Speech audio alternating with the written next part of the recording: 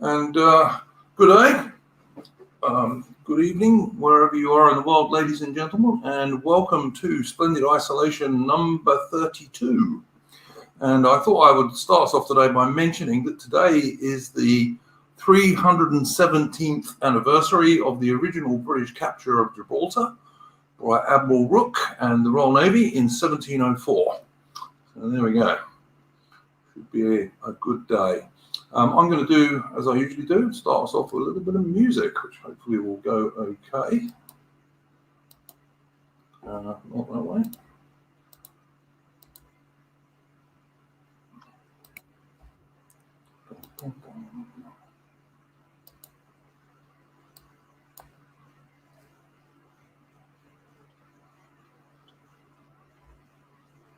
No, that's not what I wanted. Go away.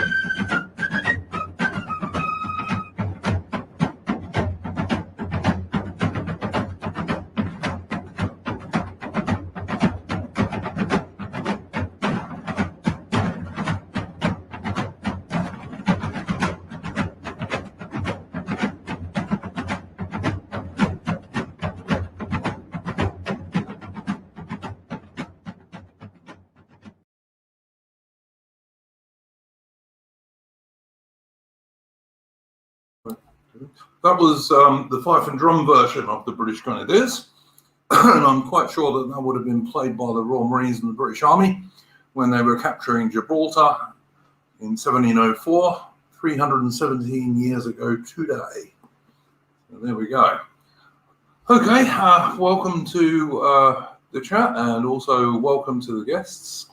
And I am going to do what I usually do on these occasions and go around the panel clockwise today. And I'm going to ask people if they have anything they would like to bring up as a first subject. And I'm going to start off with Napoleon.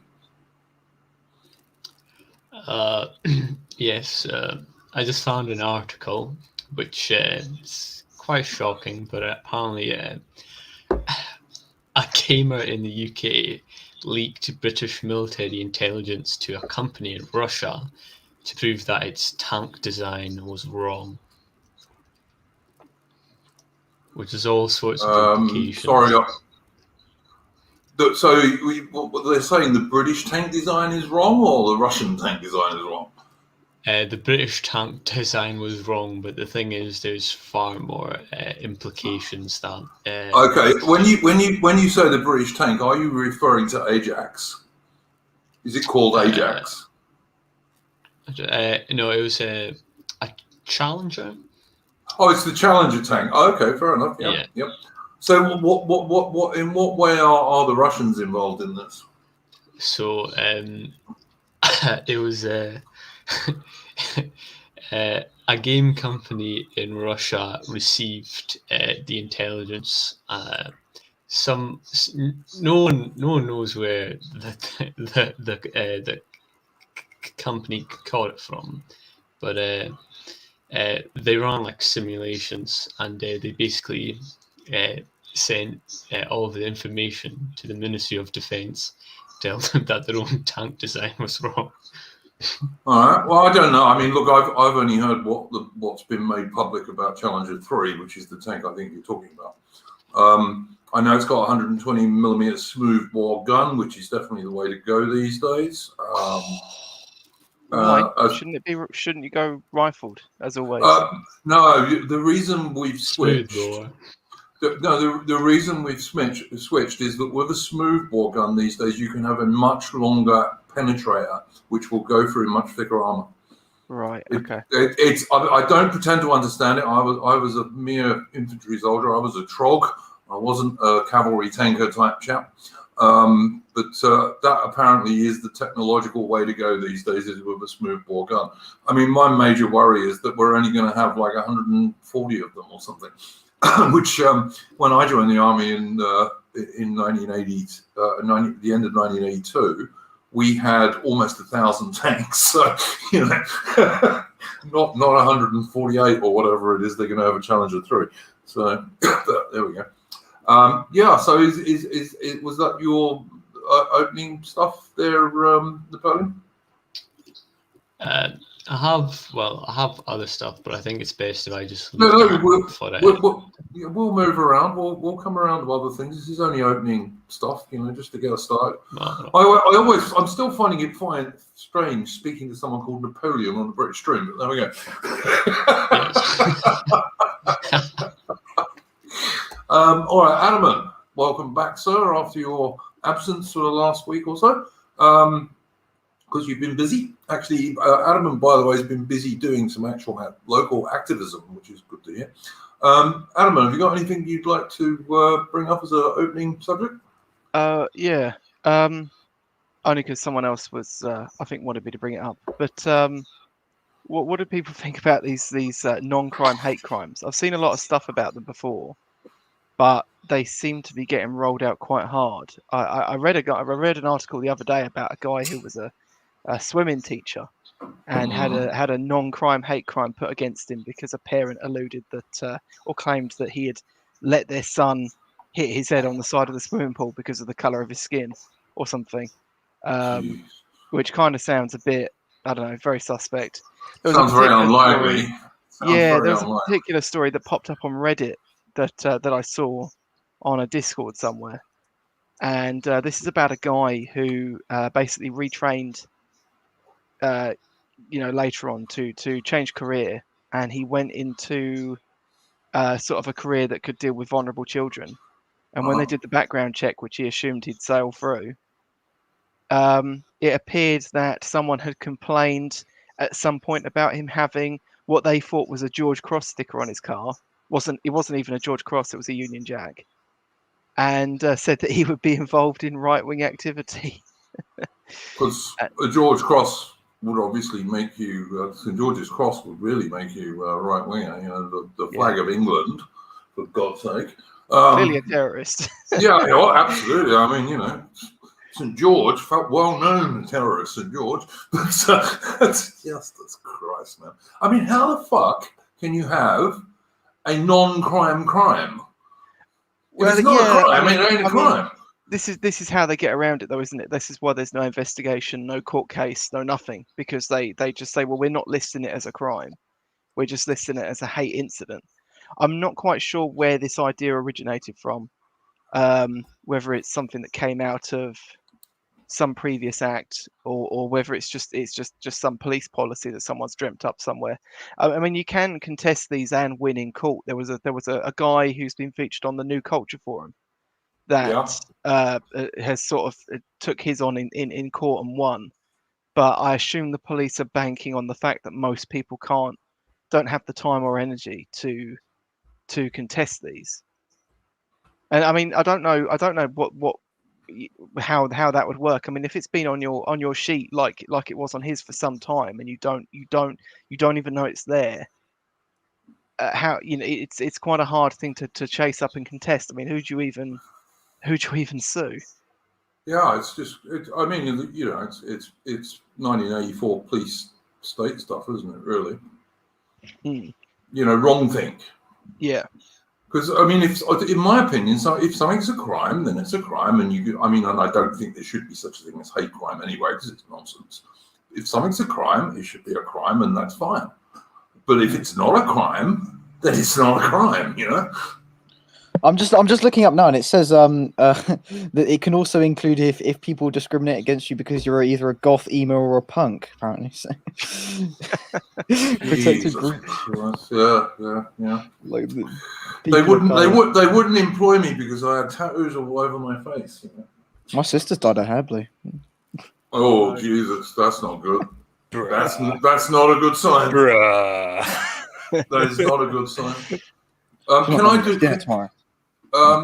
So yeah, I think you're absolutely right, Alan. I mean, obviously it's not a good sign. It's just another, like, we're not going in a good direction in Britain at all, in my opinion, for civil liberties and what have you. Yeah. I mean, I think I need to look into these more and work out where exactly.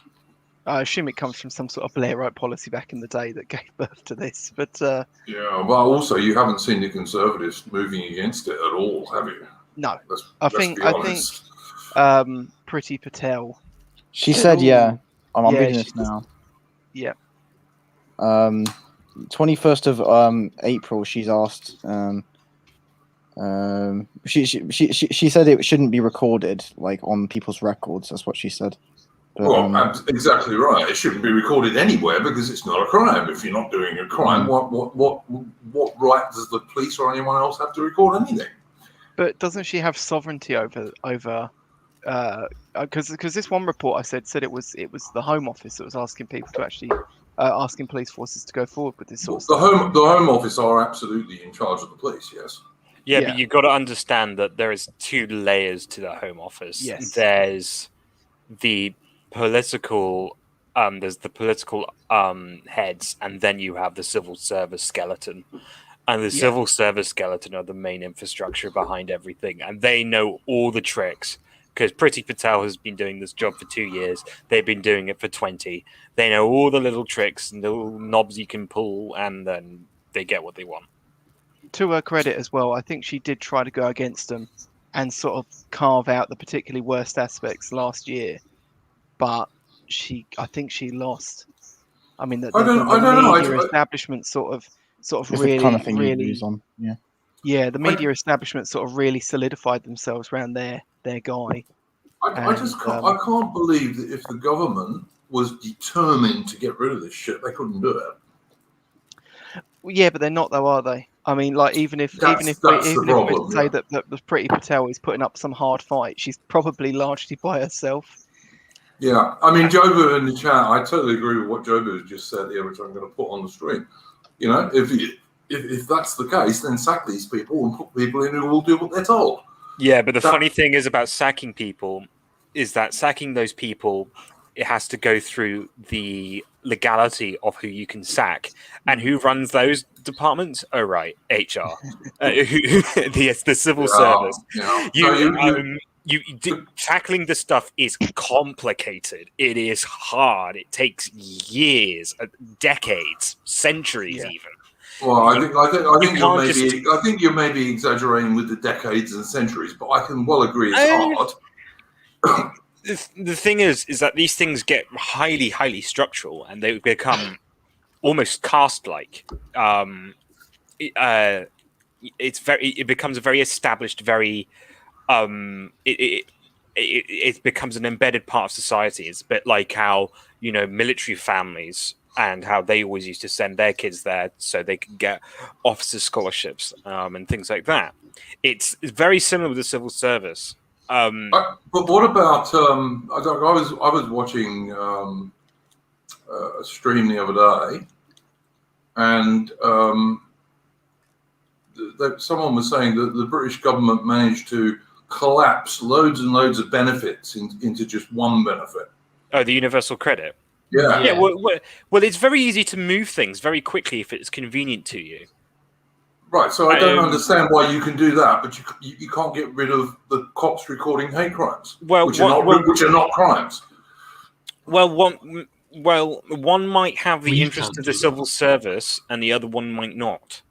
Okay. You know, we can't. Yeah, I cannot say I know for certain what goes on in the nuances of Whitehall. I'm just thinking that if you're going to get rid of a load of benefits and turn them into one benefit, that's going to get rid of quite a lot of bureaucrats, isn't it? Funny you say that, because it isn't. It's taking a long time. So universal credit was introduced in 2011. It's now in its 10th year, and barely 10% of welfare spending goes into universal credit. Can you guys tell me, is Rory Herbert correct? Is Priti Patel planning on criminalising wolf whistling? I have heard that, yeah. To be honest, I don't really have a problem with that. I bloody well do. Oh, how ridiculous. I was looking at some polling for that the other day, and I think 55% of women and 54% of men think it's acceptable, and only like 20% think it's harassment. So yeah, and the only and you know what? The only women who will be really against it are the ones who never get one. Dude. Yeah, but the thing is that it's really cringe. Well, it depends. I mean, I don't know. But the thing is, with Goes like too going fast, back to It's like not really sacking the cringe. bureaucrats. It's not really cringe, guys. I'm sorry to interrupt you, Alan, but it's not really cringe. It's just young men being young men, which they should be allowed to be, and it's in no way harmful. It's a compliment. I'd wolf. You don't To be make fair, stuff illegal because it's cringe. I'd wolf whistle Priti Patel. She's pretty pang, to be honest. Oh, I see what you did. No, she's too fat a rear end for me. But all right. Sorry, Adam, I didn't mean to interrupt you, mate. Carry on. Yeah, well, Ataman don't race mix. But anyway, back to sacking the bureaucrats. Ah, yes. The stream is now back.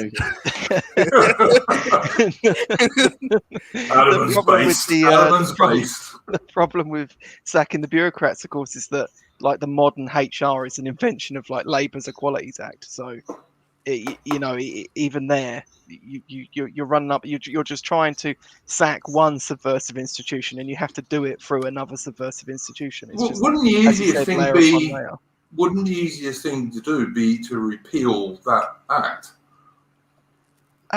Yeah, but you need to be able to do that as well. And the thing is, as well, is you've only got to look at like the Tories. Let's say there are actually some good base Tories, which I'm sure there are. They're 25, maybe 30 at best. Yeah.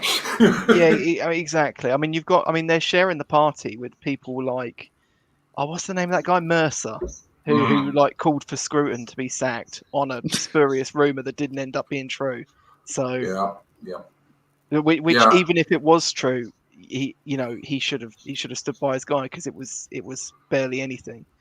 Yeah, and the way bills are passed and repealed or stuff is you basically go over to people and say, look, if you do this for me, then I'll do this for you.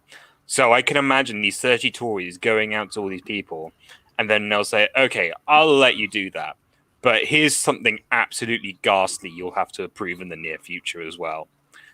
So, well, to me, that just is another reason why, the Conservative Party ain't going to save us. But then I've known that for a long time.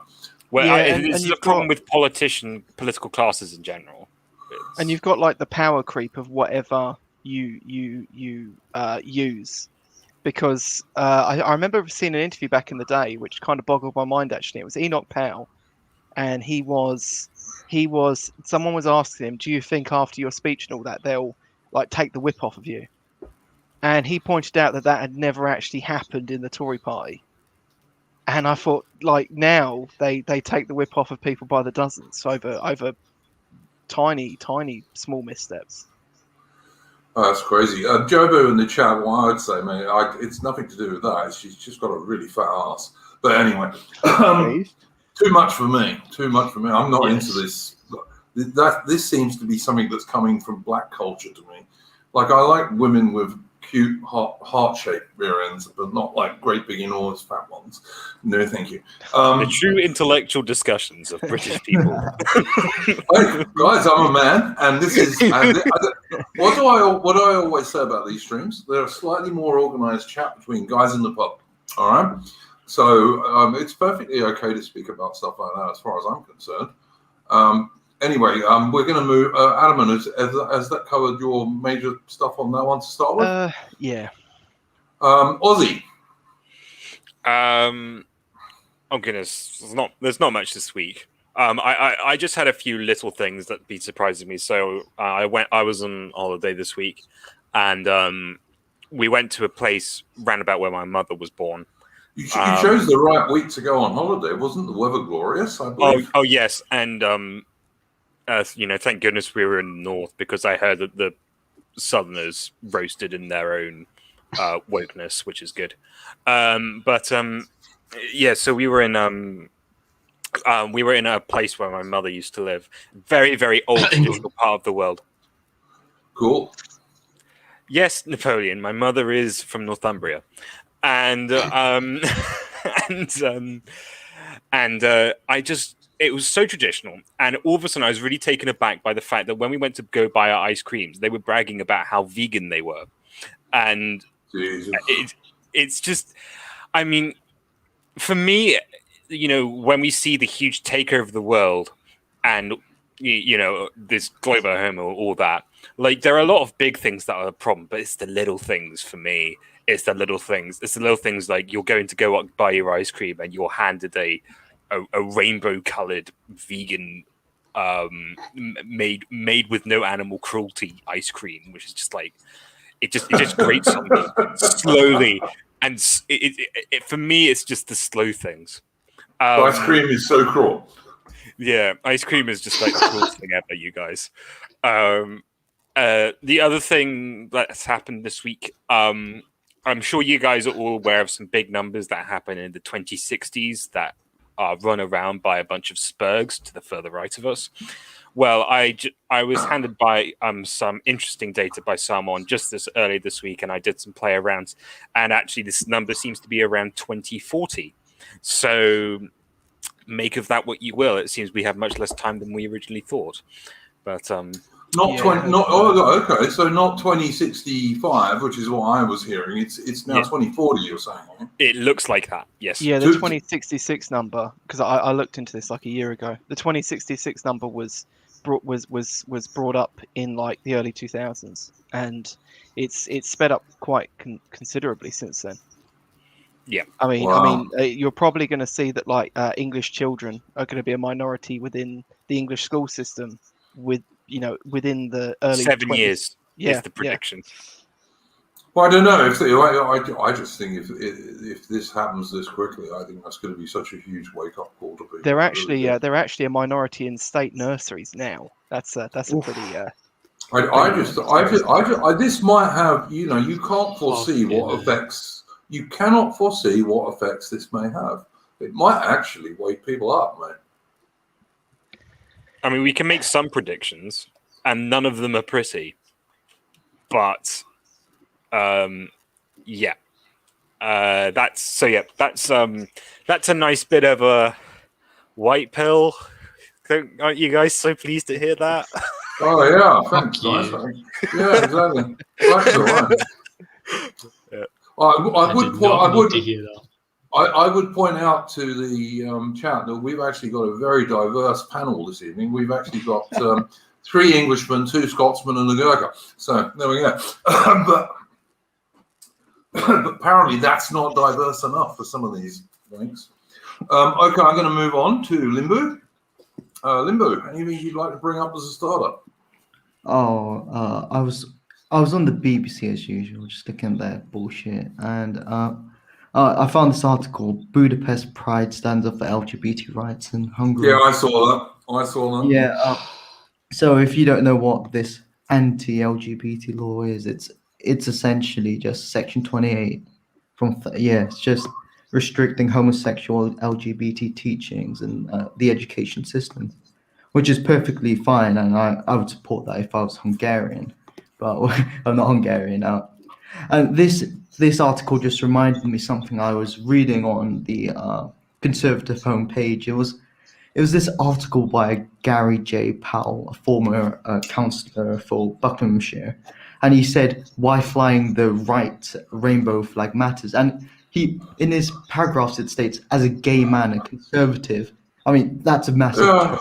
That's something which the Conservative Party needs to Right. get hang on. We should do nothing as the right or the centre right. That we should have nothing to do with identity politics. We shouldn't submit to this sort of. I've actually got something to say about that when it comes to my turn, but carry on.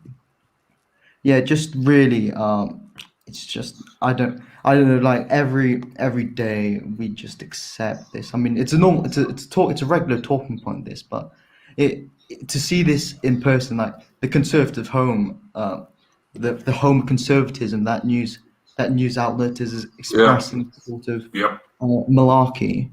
And also but they're not conservative, Limbo. I've known Conservative Home for ages. In fact, I used to follow their YouTube channel. I don't anymore because it is just liberal left crap. Well, yeah, you can say that, but they do have some good conservatives in the Conservative Home and the Conservative variety of people on it. Yeah, they have some. Well, anyway, we're going to move on to our resident Tory boy next, unless you've got anything else to add. Have you got anything else to add, Limbo? There's three other people on this, three other people on the stream are members of the Conservative Party. It's not just me. But being a member of the Conservative Party doesn't make you a Tory boy. I would say it did. Tory boy. I don't care. Tory boy. Conservative come on. spirit animal. Mr. BLM has entered the chat. Come on, guys. Sorry, Limbo, have you finished with your opening bit there, mate, or have you got anything else to add?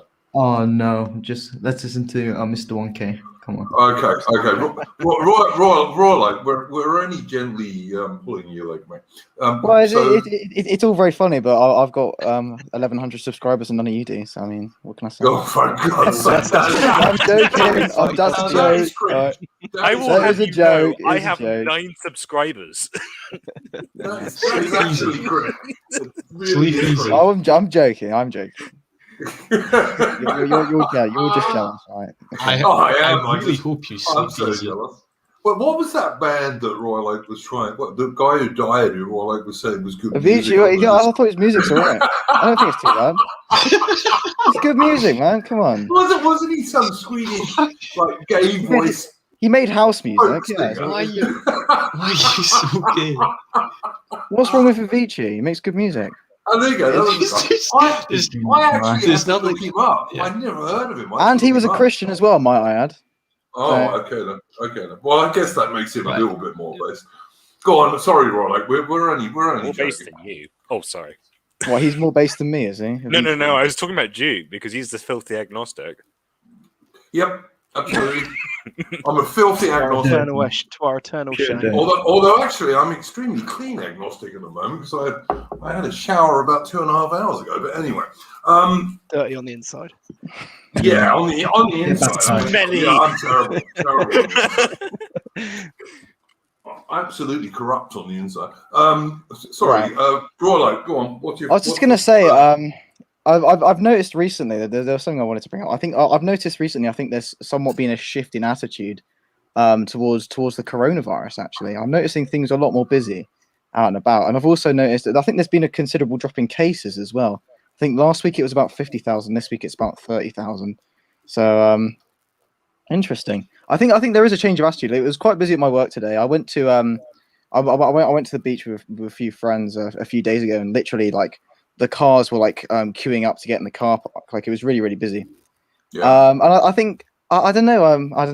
Perhaps there could be a change of attitude, but we'll see if we will get locked down again in September, which admittedly is a possibility. I'd like to hope it doesn't happen. I think it's extremely likely myself, but it does. To be fair, cynical.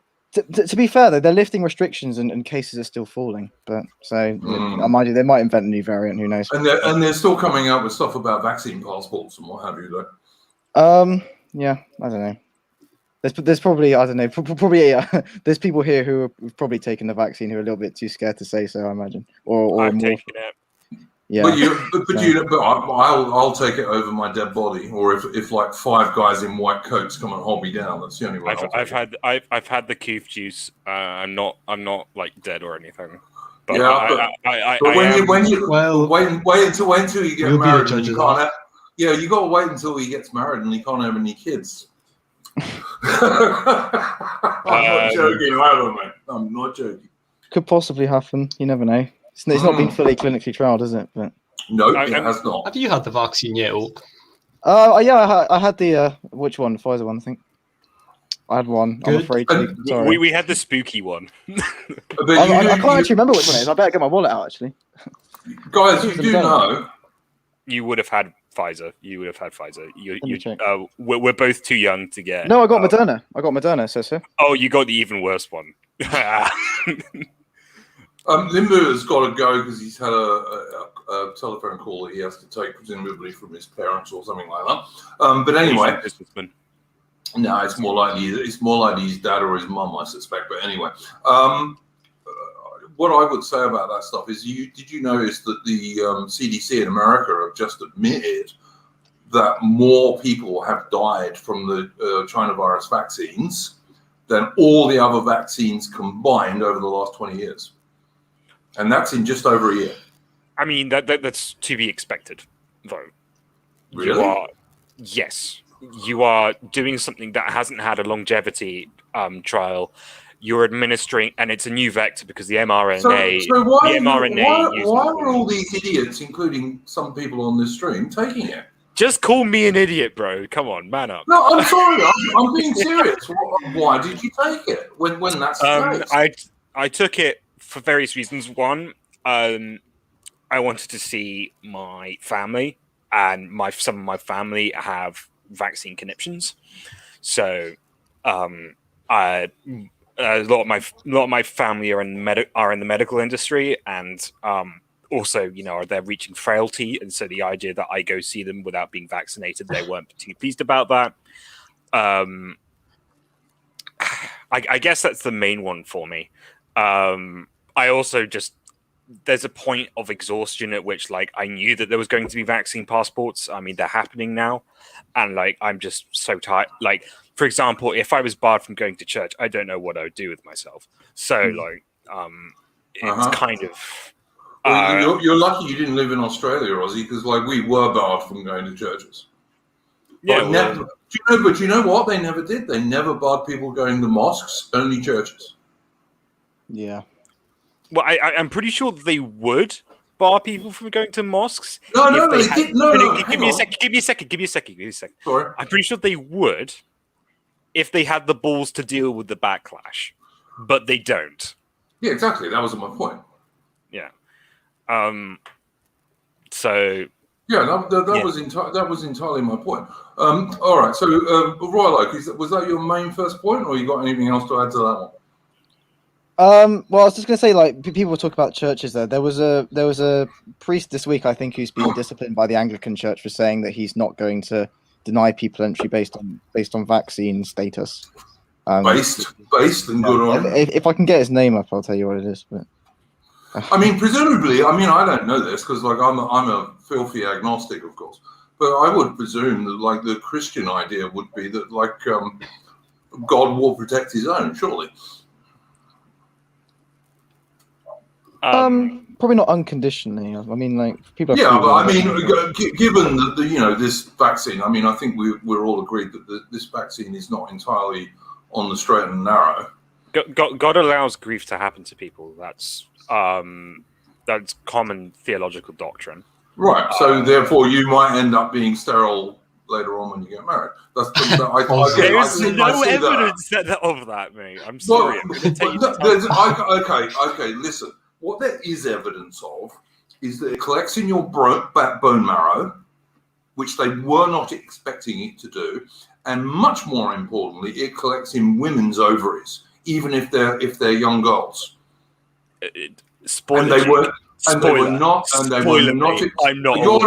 No, I know you're not. I know you're not. But that's the evidence that we have so far, and we're not even 18 months into this yet. And basically, you guys who have taken this vaccine are acting as human guinea pigs.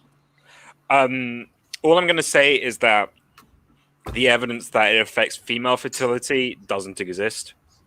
I think my mate got his girlfriend pregnant. And she has to take the pill, and he's had the vaccine. So yeah, no. We're not talking about within 3 weeks of having it, Paulo. Right, What I'm saying is, but 6 months. But we know, i.e., scientists know, not me, that it does collect in women's ovaries, the vaccine, and they weren't expecting it to do that.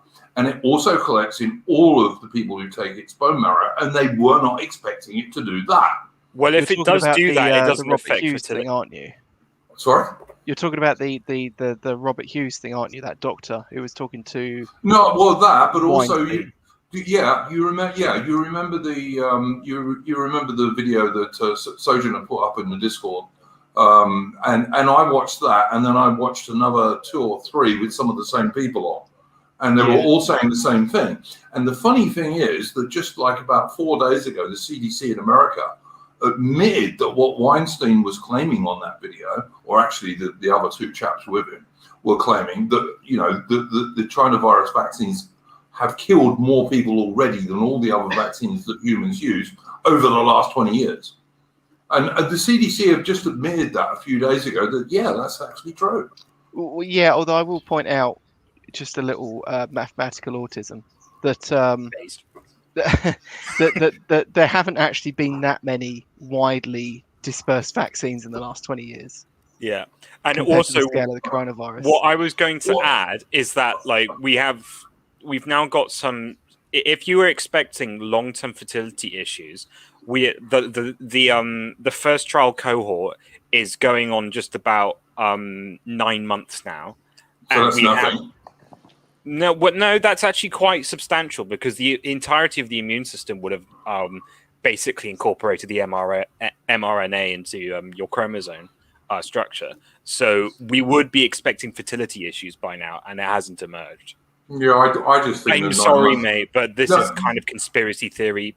All right. I guess that someone was going to say that, but it's not. Like most vaccines, before they get released to the general public, I've had something like 18 months to 2.5 years testing before that happens. This one didn't. So we do not know. We really don't. And this is for, and I've got to come back to this. This is for a virus which is only slightly more dangerous than the flu. Sure. For the vast majority of the population, this virus is not much more dangerous than the flu. Even if you believe the most fixed and dodgy government figures, and they are fixed and very dodgy, I know because I've tried to get accurate figures and it's almost impossible. Well, it is impossible. Even if you believe them, this virus has, at the absolute worst, got a 98.7% survival rate. It's not the Black Death, nor anything like it. And why are we vaccinating millions of people for this shit? It is nonsense, and it's being done deliberately. I'm sorry. You can call me you can call me whatever you like. I think it's a con. I really do think it's a con. Yeah, I think this is quite a good middle ground for us to meet on. There was a comment by a guy who said there's plenty of established evidence that significant sterilization in males has been going on for years. This is true. There's a book by an environmental scientist called Shanna Shawn. It's called Countdown. And it says by 2045, most people will be infertile, and by 2050, almost all couples will need assisted fertilization. Whether it's on purpose, I personally think it is, but I think that's another. Is this the hormones in the water supply thing? It's more than that, but it. It is. Okay. So the sperm count decline, is it associated? Do we know what's causing it? Is it mainly the testosterone decline? I would have thought that's what would be it. No, it's both. It's both, Ozzy. It's testosterone is going down precipitously, but so is male sperm counts as well. And but one is causally related. Sperm that count one. comes as a consequence of that is testosterone. one. Yeah, that is one factor, but I'm pretty sure that there are three independent ones, or three independent factors, or that are not related to testosterone that have caused the decline in sperm counts. I'll just have to find it. I think obesity's been going up steadily for a long time, because probably that's had an effect. Yeah, but the thing is, the reason obesity affects fertility is because obesity in males secretes estrogen, and the estrogen interferes with the testosterone in the bloodstream. And of course, obesity is also one of the things that makes you a bit more vulnerable to the China virus. Indeed. But this is happening globally, though. Yeah, but it's particularly in Western nations. Well, I'm not sure if that's actually true. I thought it was just getting worse everywhere across the board. I'm not sure if there's any evidence that male fertility is dropping in third world nations. I haven't seen any evidence of that. It is, but it's much slower, and the reason for that is because this is highly related to contraception. So when a woman takes birth control, it contains it causes progesterone to rise, but it also causes estrogen to rise in the bloodstream, and that goes into the urine. And of course, it's really hard to get rid of hormones from the water supply. And so what you're basically doing when you're drinking tap water is you're basically drinking woman juice. Oh yeah, that's because especially in London's a hotspot for it, isn't it? An argument for bottled water, if ever there was one. No. Bottled water is mostly from tap sources, anyway, isn't it? Yeah, it's from taps mainly, and it's also from plastics. And plastics, we don't know the hormonal effects. Plastics, actually, in terms of hormone effects on the water supply, are especially vague. The best advice I can give you is move to the countryside and move further upstream, because your water there will be pretty bloody good. That's what about these filters that you can buy, Ozzy? Are they any good? They work a bit. They're better than nothing, but they're fucking expensive. Oh dear God, they cost like $1,000. Try and just inject testosterone up your ass or something. I mean, fair question. There are Ozzy's got an answer already. Those are offered on the NHS. Oh, for God's sake! Well, along with the sex changes, yeah, right. Yep. So that's part. Along with that, for you can also get if you're having fertility issues, they can give you testosterone supplements. If you're having sexual issues, testosterone supplements. If you're having mental issues, you get testosterone supplements. It's kind of interesting how they treat this stuff, isn't it? It's almost as if men are more healthy when they're very male.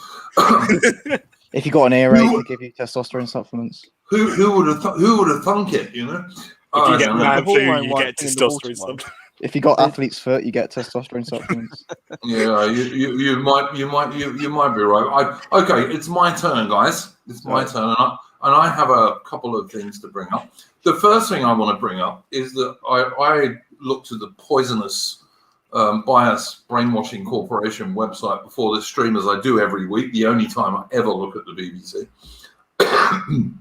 And as I was saying to some people in the chat before we started, I noticed that the BBC said Australia hit with anti-lockdown protests in loads of cities, right? And yes, there were huge anti-lockdown protests today in Melbourne and Brisbane and Sydney in Australia. But there were also protests in London and Manchester and Glasgow and all around the UK. But the BBC didn't even mention any of those. Not a word. Yeah. Not a single fucking word. Why are you doing this to me? Why do you reckon that was? Why do you reckon that was? Because protest to the victory march of the regime, and those people aren't part of the regime. Okay, we're going to get joined by an Aussie for a few minutes. I'm going to send him a link. Excuse me, Say guys. a few minutes as if this is something we have to endure, but okay. No, I like Joe actually. But anyway, just going to send him a link, guys. So maybe you can talk amongst yourselves for like 2 minutes while I do this. Isn't there like literally tens of thousands of protests in China every year, and they just ignore them? The state just doesn't permit the news sources to broadcast it. And Yeah, Well, sounds right. you also That's got very really, Sigma male of them. you've Sounds got right. you've got some really high population areas because, of course, not the entirety of China's on the coast. Yeah. You get some places like Wuhan and Hangzhou that they have tens of millions of people, but of course the technology over there is just so shit that they can't say anything for the damn of them to the rest of the world, so no one knows what goes on there except the party. Yeah. Praise be the CCP, of course, in their wise judgment. Yes. Well, the thing is, the Chinese Communist Party is still like pretty publicly popular, isn't it? Like it seems. Well, Well, would who you can tell? really, Who would can tell? you really trust any survey data from China? Well, all Chinese Yes. people look the same anyway. The thing so- is, it works Oh, for a yeah, majority that's of a good people, though. So I trust mean, I think for whether people like him or not, I think Morgoth made a really good point a while ago when he said that, we basically have a social credit scheme here. It's just, it's just opaque and, as where the Chinese one, for all its faults, at least it does kind of direct sort of energy towards things that are good for the society. Or at least a bunch of things that are good for the society, and then a bunch of other things that are only good for the party. But Yeah, we don't even have that, sadly. there is that, but I'm no friend of the Chinese Communist Party. And I got We don't really want to start a spur out on it. But yeah. No, I'm not starting a spur out, but I just think that there are some people on the right who foolishly think that somehow or another, if we swapped our vile globalist overlords for equally vile Chinese Communist Party overlords, somehow things would be better, and I just don't believe that. I'm sorry. Praise be the CCP. I'm not saying that. I'm I don't want to get switched off. I'm just saying that for all the criticisms you could make of China, you could almost reflect those same criticisms back, and they would be the same or slightly worse. Well, Chinese people aren't like me. Limbu's like me, though, kind of. But anyway. Well, Limbu's not Chinese. Limbu's a We're Gurkha. both Asian. Yeah, you racist. No, but the Gurkhas and the Chinese are totally different people. I mean, it's like saying that Brits are like Russians, Are you implying that non-British people are different and varied peoples? Nonsense. Yes, I am. Well, I am gonna say that I think that Anglo people have a sort of affinity with Eastern Europeans, but I'm not going to explain why. Yes. Yeah, okay, fair enough. Jobo, good evening, mate. How are you going? Yeah, good morning from where I am, guys. Thought I'd just pop on and say good day to everyone. Jukes normally got me pigeonholed in those Old Commonwealth streams. But, I noticed Jobo's got his prisoner's uniform on and his avatar. well, I thought it might be appropriate. Yeah. How we doing, guys? Yeah, not bad. You got anything you want to bring up as an opening subject? Yeah, not particularly, mate. I'm still waking up, to be honest. But before I came in, I heard you mentioning the protests the coronavirus protests yesterday. Yep. What you make of those, mate? They were quite interesting, I thought. I think I've just put from Lady of Shalott, who's also in Melbourne, I believe, or round about Melbourne. And she was at the protest yesterday. She said it was glorious, quite unlike any previous Melbourne protest. The tide has turned here. The anger was fierce, huge crowd. And the Dan Andrews government should be scared, which I hope she's correct. The only thing I would say that I've noticed is that on every single news video about this, the lockdowns in Australia, and that includes the ones in New South Wales as well as the ones in Victoria, all of them are hugely downvoted now, which they weren't. They weren't very recently. I think opinion has shifted. Yeah, I think opinion has shifted. I've noticed it. I think. Yeah, I was just going to say, I've been saving this hot take for the next stream with Jake, but I've been sniffing the wind, and I think that opinion down here is changing, Duke. Like it's early days, so But I think people have had enough of this, and I've just noticed a few people like Andrew Bogart, Nathan Buckley, who's a footy coach down here for the guys in the chat, but some people with profiles and some quote unquote things to lose are starting to question the narrative, which is interesting. So I'm sure you've touched on this, Duke, but for the guys overseas, we've just come back into our 5th lockdown in Melbourne. Yep. And I'm starting to get the sense that out in Normie land, people have had enough of this. Yeah, I totally agree, man. Totally agree. They're starting to question, okay, what exactly is the road out? Because we can't keep doing this. I was in a local bakery a few days ago, and I was waiting for them to finish something, and I was chatting to the owner and his missus, and the owner and his wife were just exactly the same as me. We've just had enough of this. No one's dying. It's just nonsense. And people are starting to see that there's something going on here which has got fuck all to do with public health.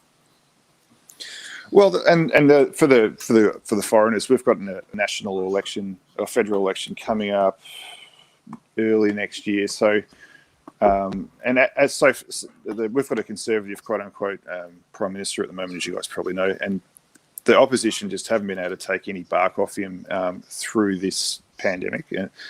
But there's been, I don't quite understand what the beef is, Duke, but there's been a slow vaccine rollout, according to some people, and that's the sort of attack vector they've picked to try to drop his popularity. So, but people, I think, are in for a bit of a rude shock, because I don't know about you, Duke, but normies seem to think that the vaccine is like a force field, right? And it stops people from getting infected by the virus and passing it on. I mean, it doesn't seem to. No, that's not the way it works. It reduces the severity of the symptoms, sure, and that's a good thing, obviously. But I think my impression is that people are of the opinion that, okay, we get to 70%, 80% vaccinated, or whatever the level there is that they're aiming for, and we're not going to see any more cases, and the media is going to stop reporting X number of cases per day, blah blah blah, and that's not going to happen. And I think that normies are in for a bit of a rude shock, and politicians they're in for a bit of a rude shock as well, because that's their exit strategy, right? The vaccination level, and I don't think. I don't think they have an exit. Honestly, Jovo, I don't think they have an exit strategy. I think they intend to keep this rolling. I really do. I think they intend to keep it rolling. I don't know why precisely, but I do partly. Partly it's because it's absolutely ruining the independent middle class who had their own small and medium-sized businesses. It's ruining those people. Yeah. I was chatting to my barber when I was getting my haircut the other day, and I said, how far away from you from shutting up shop? And he goes, mate, not too far. Another few weeks of lockdown, and it's just not worth it. Yeah. Well, I don't know if you've been around the CBD in Melbourne recently, Joe, but there's just so many places that are for lease and for sale and all this. There's already so many businesses that have shut. Yeah. Yeah. Well, I remember I lived in, where Thornbury is in Melbourne, Duke? Mm-hmm. Yeah, I moved in. I lived there for about a year or so in about 2013. So a couple of years out of the financial crisis and all that. And I remember distinctly the high street. Every second shop was for lease, right, empty and for lease, right. And then a couple of years later, they were all full and the place was jumping. But it's those sorts of areas, just as a illustration, that's going to revert back to the state it was, or even worse, to the level it was in 2013, where a lot of these small businesses are just going to disappear because they can't afford to keep their doors open. Yeah. Oh, listen, I just think this is one of the major reasons this has been done. There's been an enormous transfer of wealth from small business and medium-sized business to these huge multinational globalist corporations who are absolutely our enemies in terms of good people, as far as I'm concerned. And the other thing too, mate, is like I mentioned in the Discord, right? People always throw around the line that politicians never hand back power, and that's true to an extent. It's probably less true in Australia, just given the nature of the place. But there's a lot of people like public health officials, like Brett Sutton, the Victorian senior health officer. Like, no one knew who he was 12 months ago, but a lot of these people are going to be reluctant to hand back their relevance, and just go back, take a step back from the TV cameras and being able to dictate terms over people's lives to pushing papers and approving, some pissant little scheme that no one cares about, So what is it? They say power corrupts, and absolute power corrupts absolutely. Yeah. Yeah. Anyway, No, I've talked enough, mate. I'll let you get back to your stream. So. No, you're most welcome, mate. Honestly, like I always say on these streams, it's not only for Brits; it's for Old Commonwealth people as well. I mean, I do specific Old Commonwealth streams just for that reason. But I mean, I'm very happy to have people from Australia, Canada, and New Zealand on the stream anytime.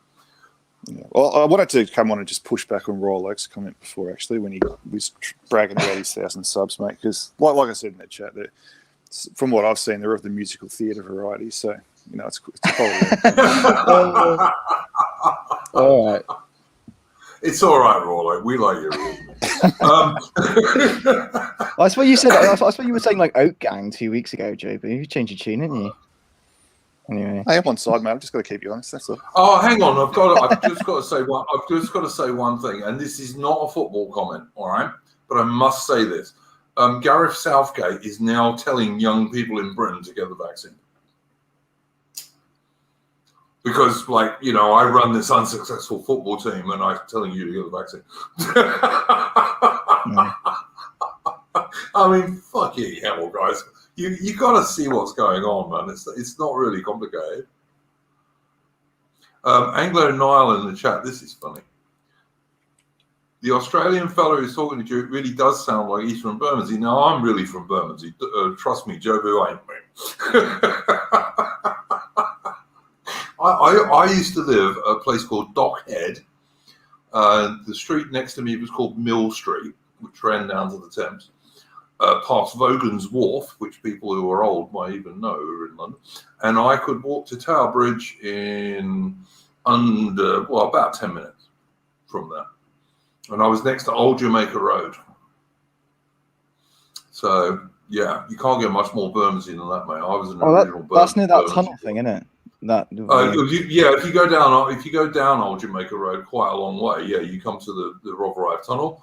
And a bit beyond that is what used to be the Surrey Docks, which now is, of course, all poncified, but it wasn't in those days. Lady of Shalott, of course, is quite correct. One of the things that where are we? Hang on, that one is the reason that Aussie rhyming slang sounds like it does is because there was a lot of London people who got deported to Australia, but also let us not forget, guys, that the vast majority of Australians were not convicts, they were free settlers. The vast majority. Only a very small minority of Australians can trace their ancestry back to convicts. Including me, incidentally, but yeah. Yeah, I mean, good on you, mate, if you can, that's good. But the point is, the vast majority of Aussies were actually free settlers. For one thing, they found fucking gold in Australia, which kind of got a lot of people to come here, So it's a bit of a myth, that Australia is convicts and stuff, and the Australians they play that up. Of course they do, and they in the same way that Australians play up how dangerous all their wildlife is, And there's quite a lot of things that can kill you in Australia, but it's not quite as deadly as some Australians would lead you to believe. At least I've managed to survive for the last 20 years, anyway. So. Yeah, that's anti-Chinese migration propaganda, mate. Don't let the secret out. No, I fucking hope it works, man. We fucking needs to these days, Jesus. I mean, do you ever watch, Jobu, those streams from the Avi Yemenimi guy, the Israeli bloke who works for Rebel News? I'd rather throw myself off a roof, mate, to be honest. But I do know what you're talking about. Yeah, I actually watch some of these streams because they've been doing a lot of stuff about the lockdown. That's why I've been watching them. But when he's going around the centre of Melbourne interviewing people, about 70% of the people he interviews are Chinese. It's just, it just shows you what the centre of Melbourne is like these days. So, Hong Kong, don't trust China. China is asshole. Yeah. Chinese Communist Party number 10. Sucky, long time. But yeah. But yeah, absolutely. What are we looking at? Patriarch Archive. This is a question for Jobu. Drop bears. What about them? Well, Patriarch Archive wants to know what about drop bears. I told you before, mate. It's anti-Chinese propaganda. So I always got the impression that drop bears were actually a way of getting like very idiot female backpackers to like cuddle up to their Australian boyfriend, but that was just me. I was just about to say that, yeah. so for the guys wondering what the fuck we're talking about, it's just a bit of an urban myth we spread around where, like, you know, koala bears, right? The koala, the mythical cousin of a koala bear is a bear that drops out of a tree and onto your face and kills you, yeah. Yeah, and Australians... It's like Down syndrome. Yeah, no, they've got huge teeth and claws and they're really deadly, and certain idiot, like British and European and American and Canadian tourists come over here and believe it. So it's quite funny. all I'm getting from this is that you guys are calling Steve Irwin a liar. This is unacceptable.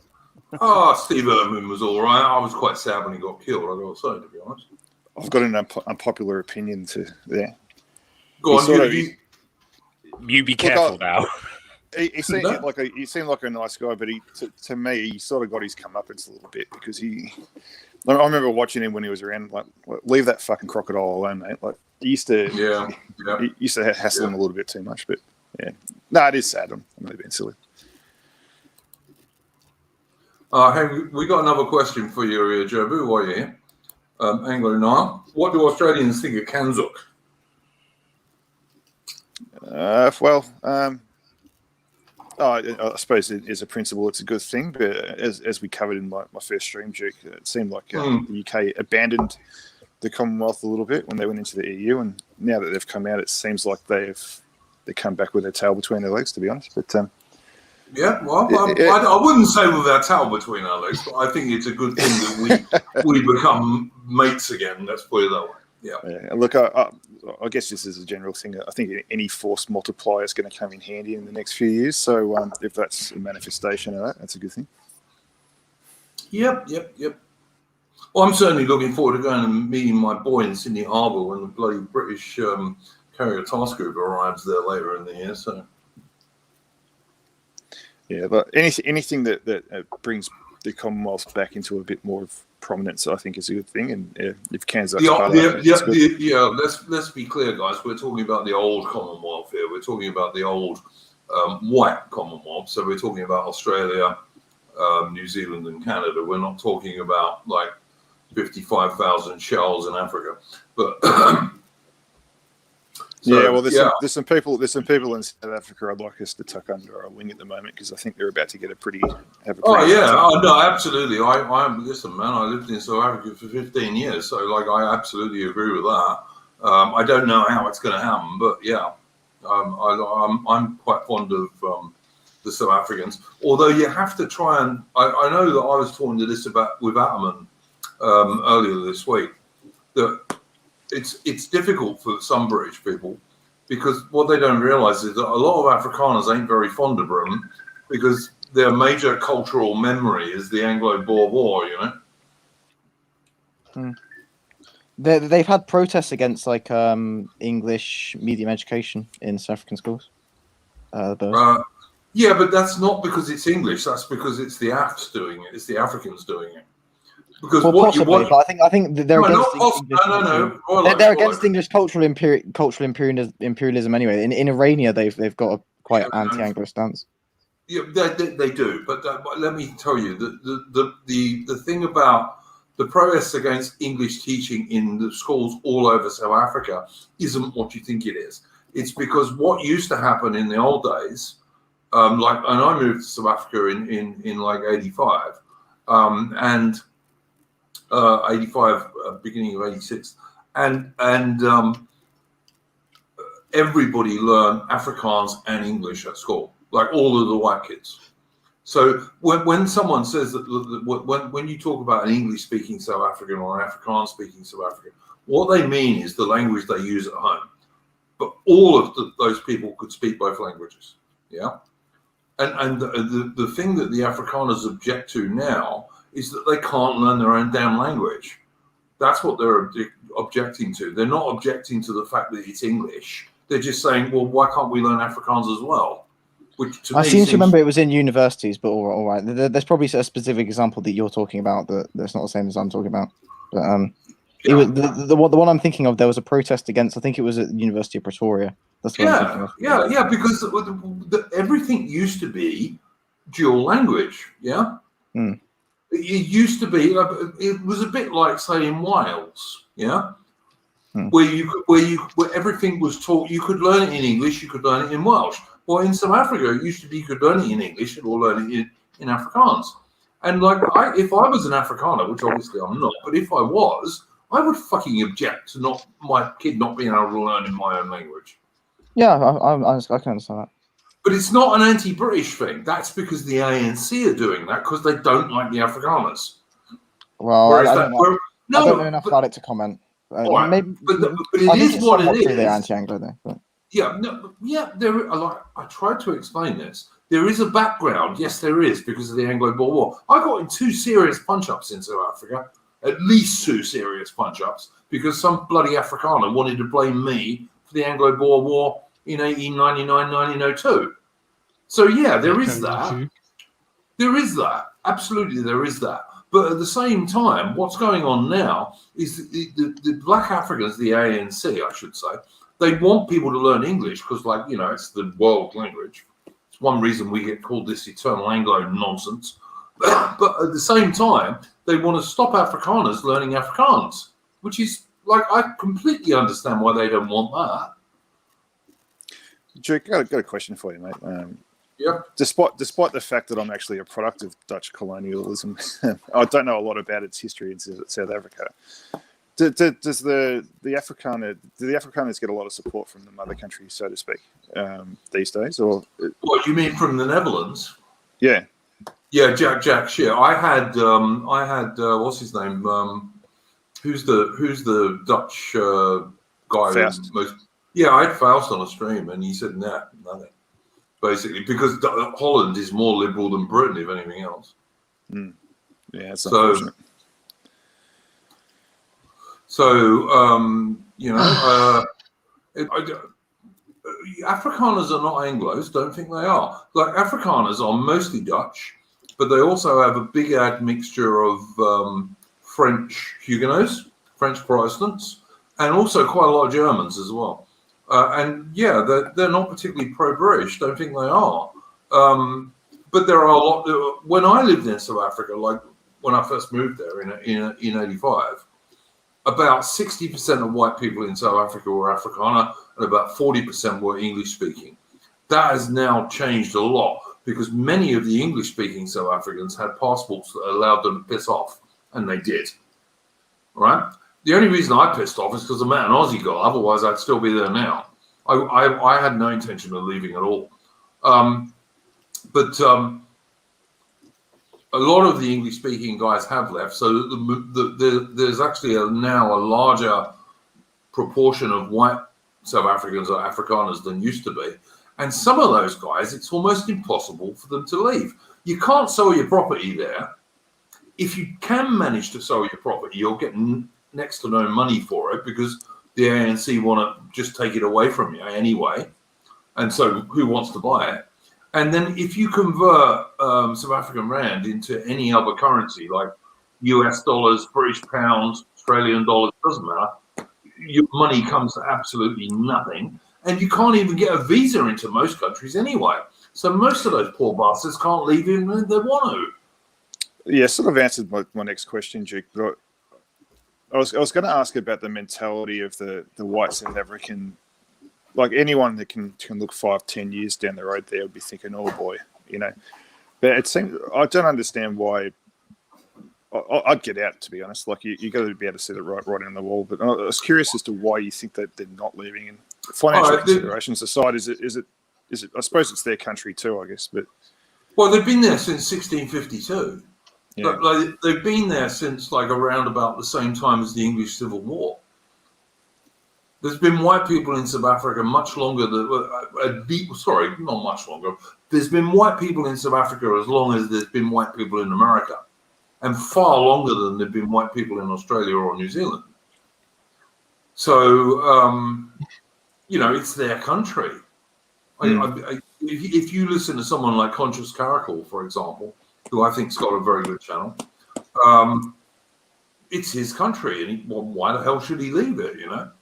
I mean, I agree with you. I think they're between a rock and a hard place. I really do. Well, I suppose every man's going to have a different limit as to or point where they look at the events around them and think, "Oh, hang on, maybe this isn't my country anymore, and for safety's sake, I need to get out." But like you say, if they're trapped financially. A few years ago, I think Russia offered some boys some refugee status. They did. But I mean, South Africa's a bright, sunny, hot country, and bloody Russia isn't. Well, no, they got farms in the Caucasus, which is I mean, it's probably as nice and temperate as you're going to get in Russia. So. Which ain't saying much, but let me ask you this, Joe. I mean, at what stage would you leave Australia? Well, exactly. Well, I mean, I don't want to get your channel banned, mate. But let's just say if I was surrounded by diversity and they were knocking over neighbours' farms and killing and raping their women, that it's probably around that point, I'd consider leaving. But to your point, the question is to where, right? So that would. It sounds like that would involve abandoning my house, getting fuck all for my savings, and when I convert that over. So yeah, like you say, I do understand it's not as easy as all that, but it's between that. I mean, that's I'm an Anglo, mate, and the reason I got in a couple of punch ups in South Africa is because I'm an Anglo. And someone trying to blame me for the Anglo-Boer War ain't going to get very far. But I absolutely see where the Afrikaners come from in that sense. I really do. And I had Afrikaner mates. I had good Afrikaner mates who I could totally rely on. And that's how I judge people. Like, if someone ain't going to run away even when you're outnumbered, as far as I'm concerned, you're a good bloke, Yeah. Remember maybe 2018, Jake, there was a bit of a push here to, a brief push, but to give refugee status to the yes, I remember white that. Africans. Yeah, I do remember that.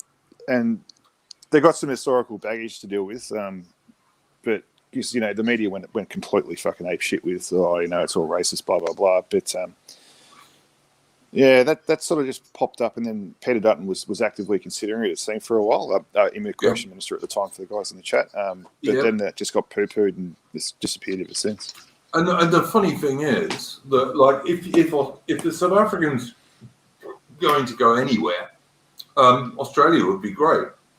Particularly if they're a farmer, because the skills you need to farm in South Africa, which is a relatively arid country, are pretty much similar to a lot of the skills you need to farm in Australia. So they would be a net gain for Australia because they kind of understand the conditions, Yeah. And look, we've got some Chinese-owned farmland we can just allocate straight to them. So everyone's a winner. Let's hope it happens, mate. Let's hope it happens. I would absolutely support that personally, but I think Australia is it's already falling out with Australia. With China, and I think that's going to get worse, not better. But anyway, we'll see what happens. Yeah. We're in this. I think, and this applies to a lot of the West, but we're in this. The phony war is not the correct analogy, but we're in this sort of weird. Sort of years-long period where it's going towards that, yeah. Well, what I mean by that is in terms of it's like we're divorced, but we're still living together in the same house. We haven't made our arrangements for our relative landing places. It's going to take time to move a lot of the economic activity out of China to other places, but at the moment we're sort of trapped within that relationship. So yeah, it's a strange time.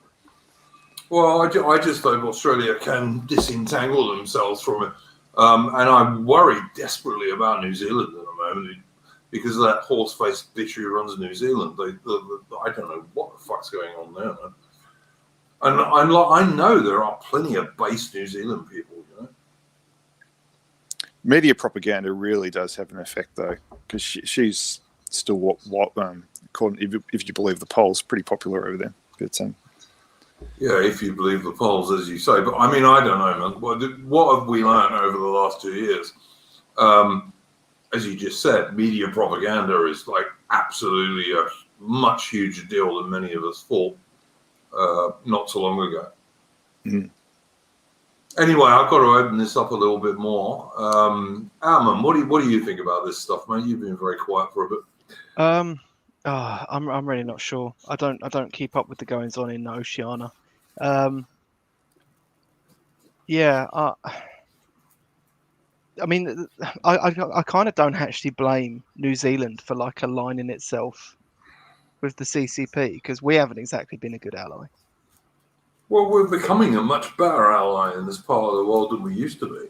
I know, but we really need to step our game up, and that's not going to happen with our current crop of leaders.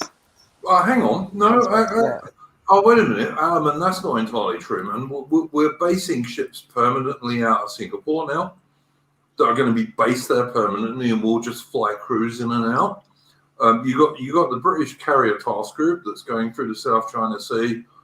Is doing exercise. They've already done exercises with the Indian Navy. They're going to be doing exercises with the Japanese Navy and the Australian Navy shortly. And I know, but they're led by a political class who haven't got the bottle to do anything when the chips are down. I'm not sure that's true. With China, just with China. I'm not nothing else. Just with China, and probably not for reasons that some of us would support, but. Like, I just don't like China anyway. So, I mean, and I don't think China being our overlords would be to our advantage. So, Britain is definitely moving militarily more into the Indo-Pacific region than it was before, which is only possible because we're no longer in the EU. Wouldn't have happened if we were still in the EU. And the British, the Royal Navy are still pretty good at what they do. Like I remember Sojourner, for example, turning around and saying, "Oh yeah, the Brits are going to get flattened by the Chinese." No, they're not. Honestly, they're not. The Royal Navy is a much more skilled navy than the Chinese Navy, and it's not going to happen. But the Brits have reopened Anglo-Nile in the chat. The Brits have reopened their base in Singapore, and we're going to be permanently basing warships in Singapore, and the crews will just fly in and fly out. So, yeah, Britain is going to be better allies in this part of the world, which I think is a good thing, and certainly supports the whole Kanzuk idea that Anglo-Nile asked about earlier.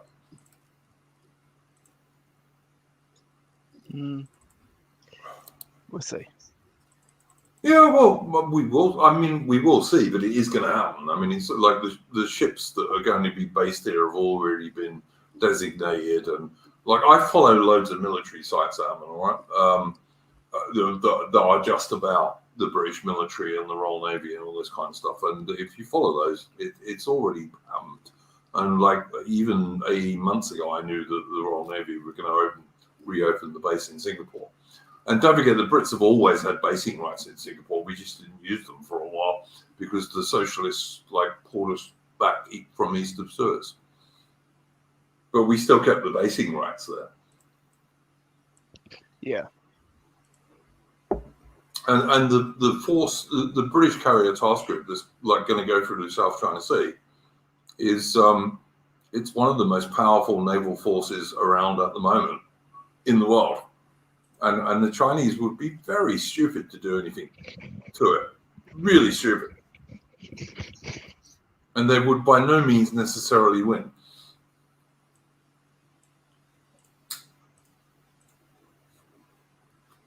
So, and of course, they're going to moan about it. You know, they'll say, "Oh, what are the Brits doing here?" and all the rest of it. To which I say, "Fuck China," which is basically what I say to every time anything happens with the Chinese Communist Party. I just say, "Fuck China." But there we go.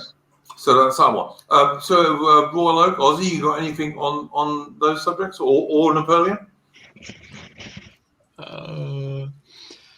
On the Afrikaners. Any of it, mate. All right, okay. Not really. I can't really. Yeah, no. Although I want to address what Anglo Neil said, which is that people shout in the UK military, but we often forget they're still amongst the most highly skilled. I found something like a couple of months ago that said that Britain is still the world's second power, and I think that's pretty awesome. So I think people definitely still need to. I wouldn't say I wouldn't say second power, but Britain is certainly in the top 5 in terms of the ability. In terms of the ability to project power overseas, Britain is still in the top 5. Yeah, I'll send the thing to you. Give me a minute. God, I have so many bookmarks. It's bloody ridiculous. Yeah, I get rid of all these because I find it pisses up the stream if I don't get rid of all mine.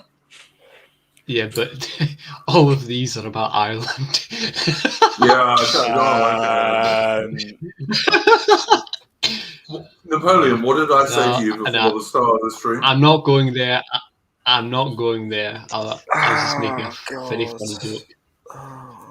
We had an Ireland stream last week. We're not having one this week, man.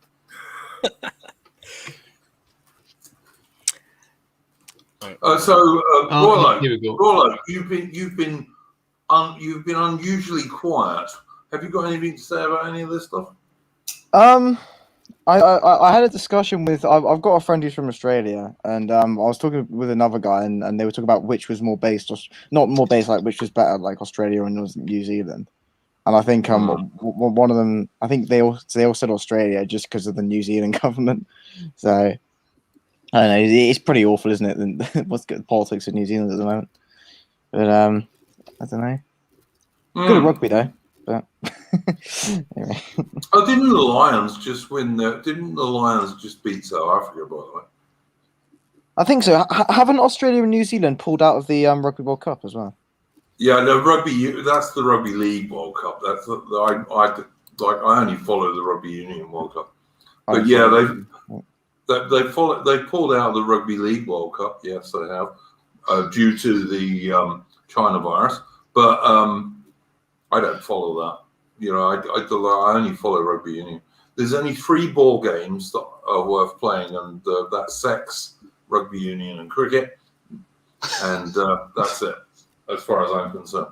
But I actually don't even follow cricket and Rugby Union anymore. I only saw that, I think, on the BBC website or something, because I just don't follow sports ball. They've got a league now for cricket, haven't they?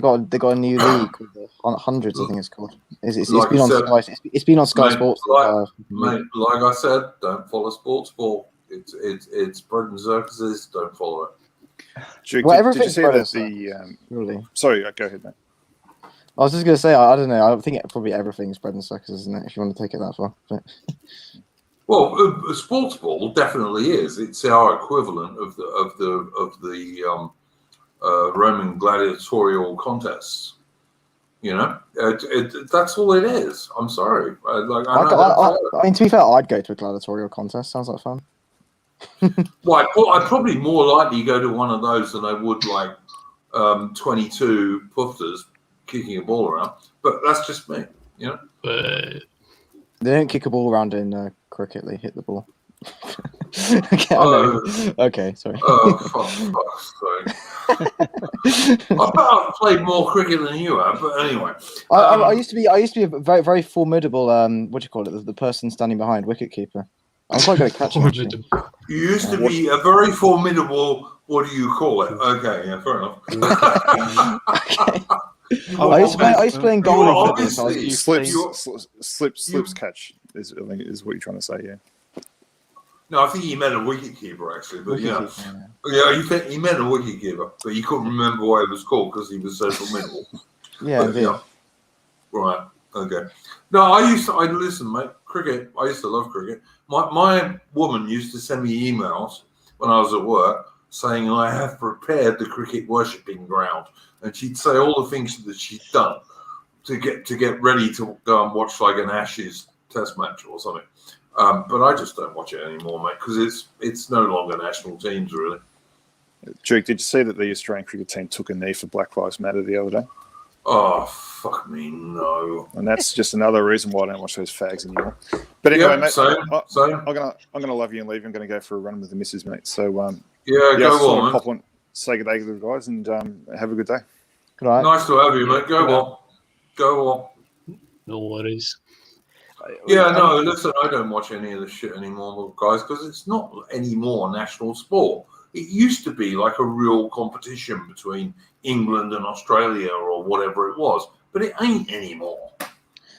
Well, okay. I mean, like the only thing I'd say to that, I mean, you can say the BLM thing is the reason, but I wouldn't say It's that it's not even just that. It's just general, in inverted commas and air quotes, diversity. Well, it's not. Well, to be fair, like if you think, I was looking at. I mean, people were talking about this, and I was looking at pictures of the England teams in previous years, and the England team had played against Germany had Heskey, Ferdinand, Ashley Cole, who else? Darius Vassell, I think, was in it. I think there was a fair few. David James as well. There was a fair few minority people. It's not like it's a new thing. I mean, 1966.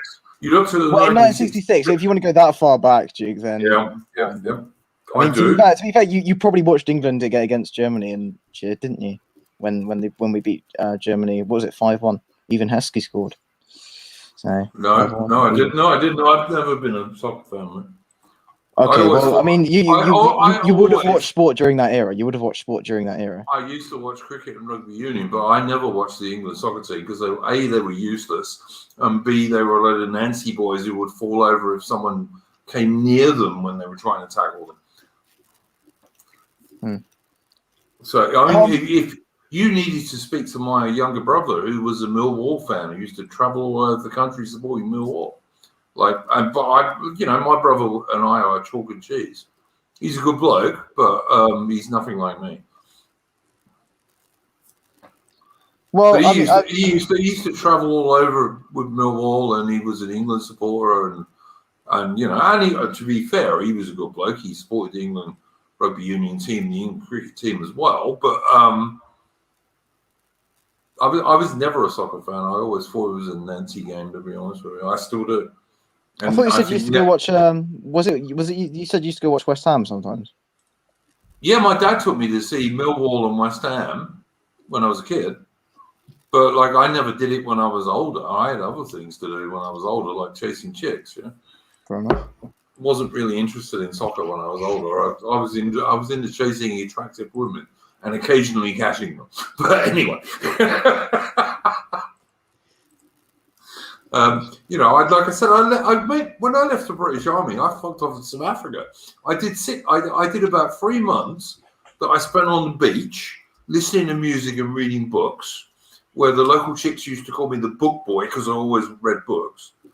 Because my old man was living on the south coast at that time, and it was a nice summer, thank God. And after the end of that, when I'd like run out of money that I'd saved when I was in the military, I thought, fuck this, what am I going to do? Okay, I'm going to fuck off to South Africa, and that's what I did. So, I was never your average dude. Well, what's your average dude? I suppose it's a separate question. Well, your average dude, I don't know, but I'm not one. I know that because I never was. All right? I'm not saying off average dudes. Without average dudes, we'd be fucked. But, like, I always wanted to have an adventure, I guess. Yeah. And like my old man took me to see Zulu when I was a kid, when I was like, I don't know, 7 or something like this. It was re-released, and my old man took me to see it, and I just thought it was so brilliant. And so then when I got old enough to start reading, I started reading about this shit, and I'd go to the things like the British National Army Museum, which used to be in Chelsea, which used to be a great museum and is now crap because they've made it all about diversity. And I'd buy books in their bookshop and stuff like this.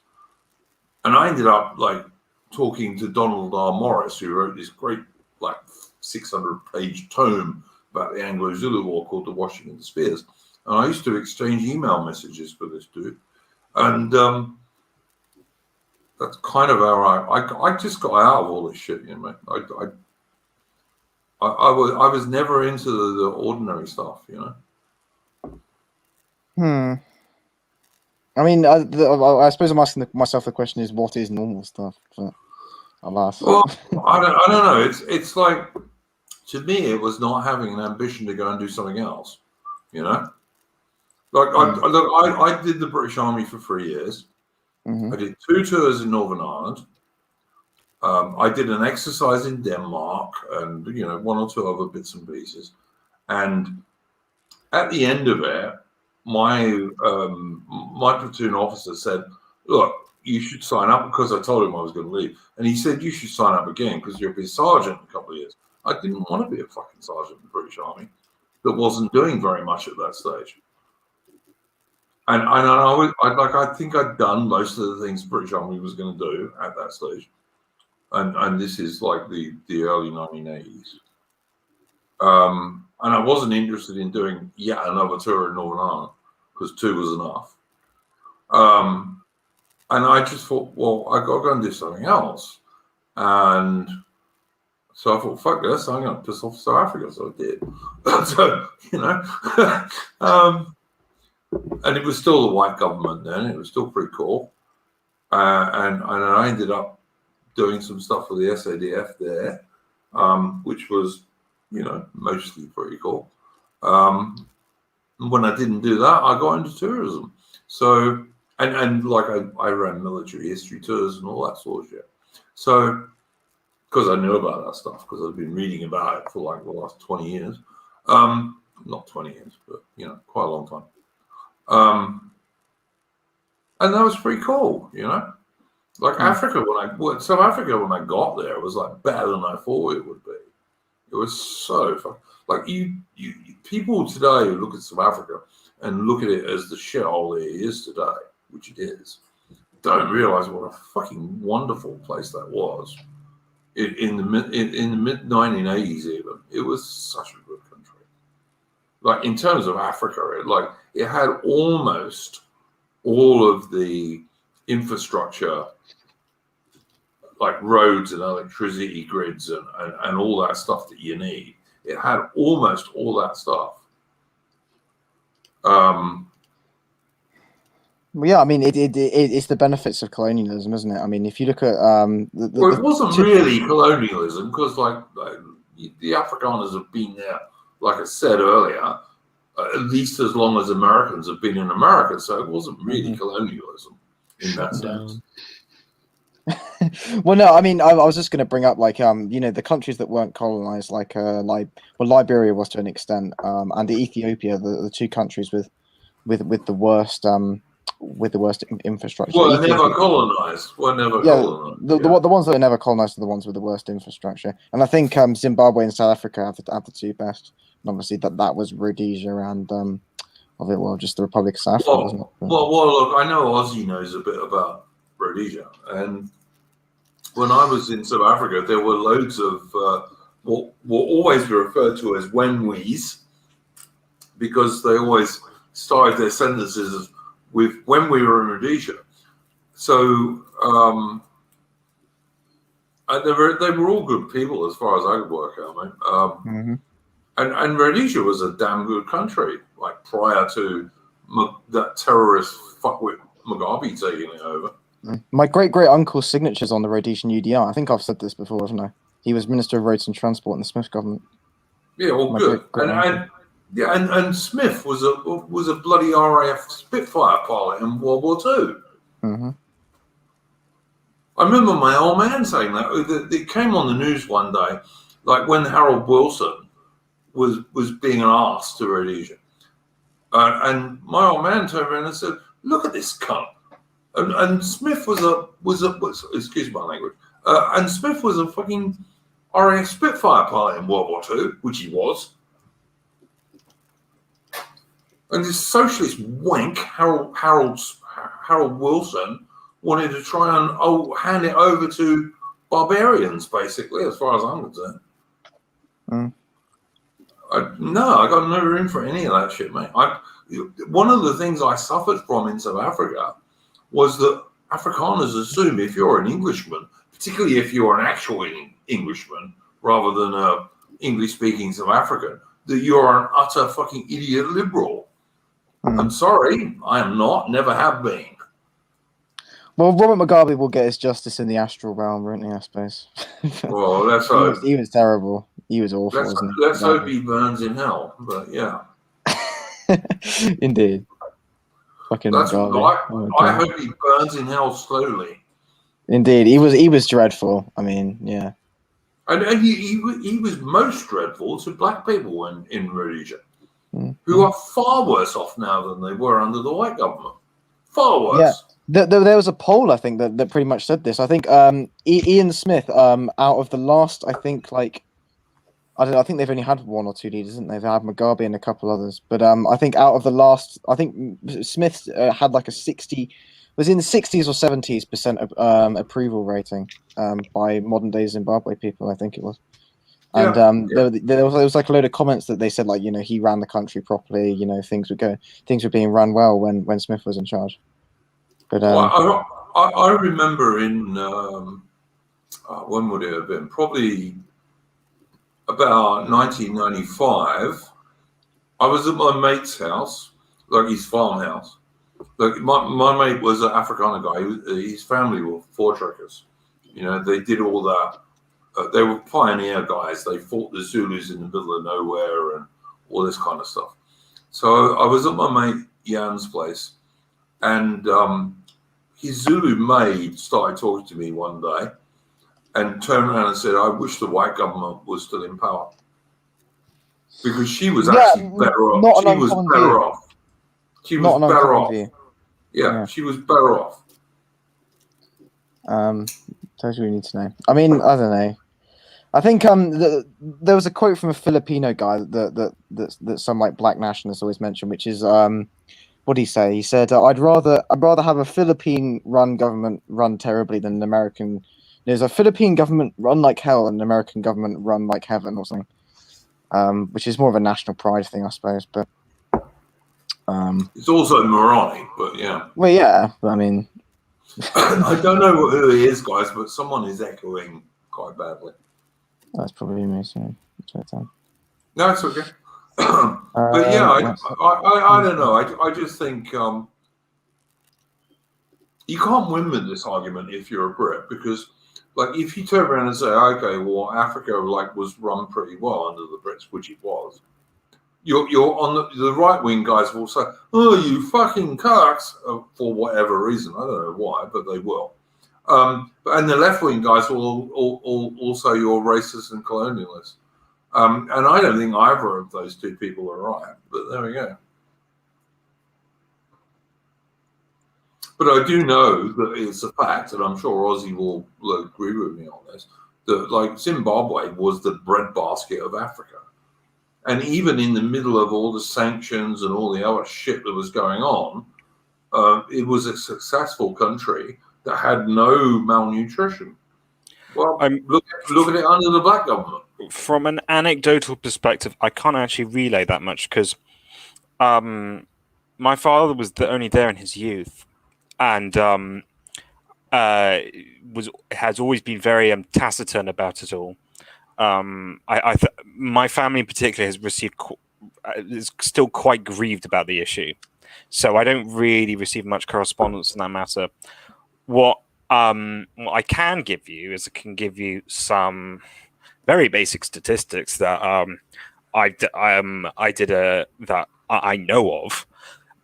So, for example, a century under colonialism. Historically, for a country that was not a settler colonialist country like America, a century of colonialism increases modern day GDP by 329%.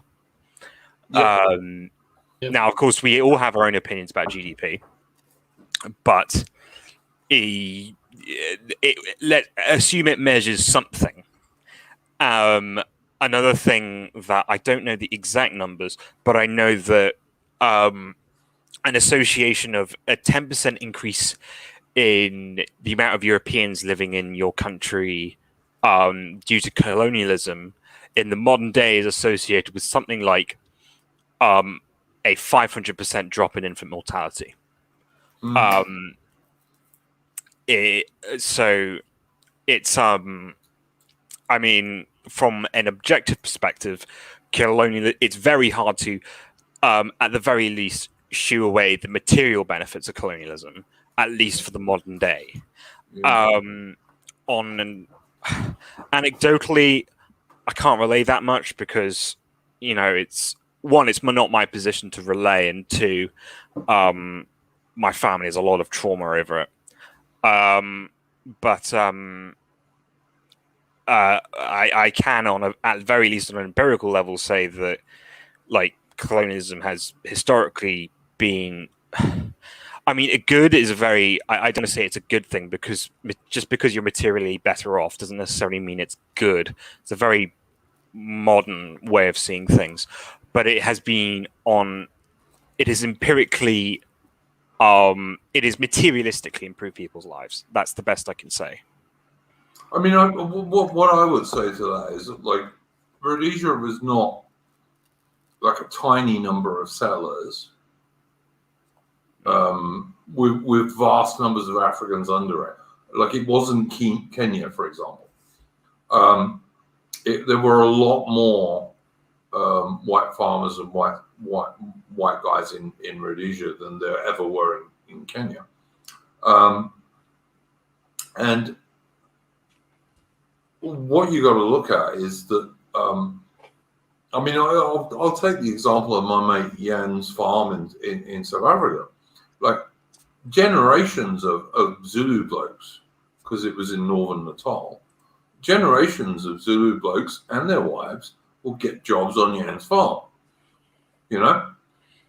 because they just go on, and they might be a foreman on the farm, they might be a maid somewhere or whatever, but they would all get jobs, and they all got rations on top of their wages, and particularly, and also they all had their own bits of land that they could farm for themselves, so that they could also provide their own food as well.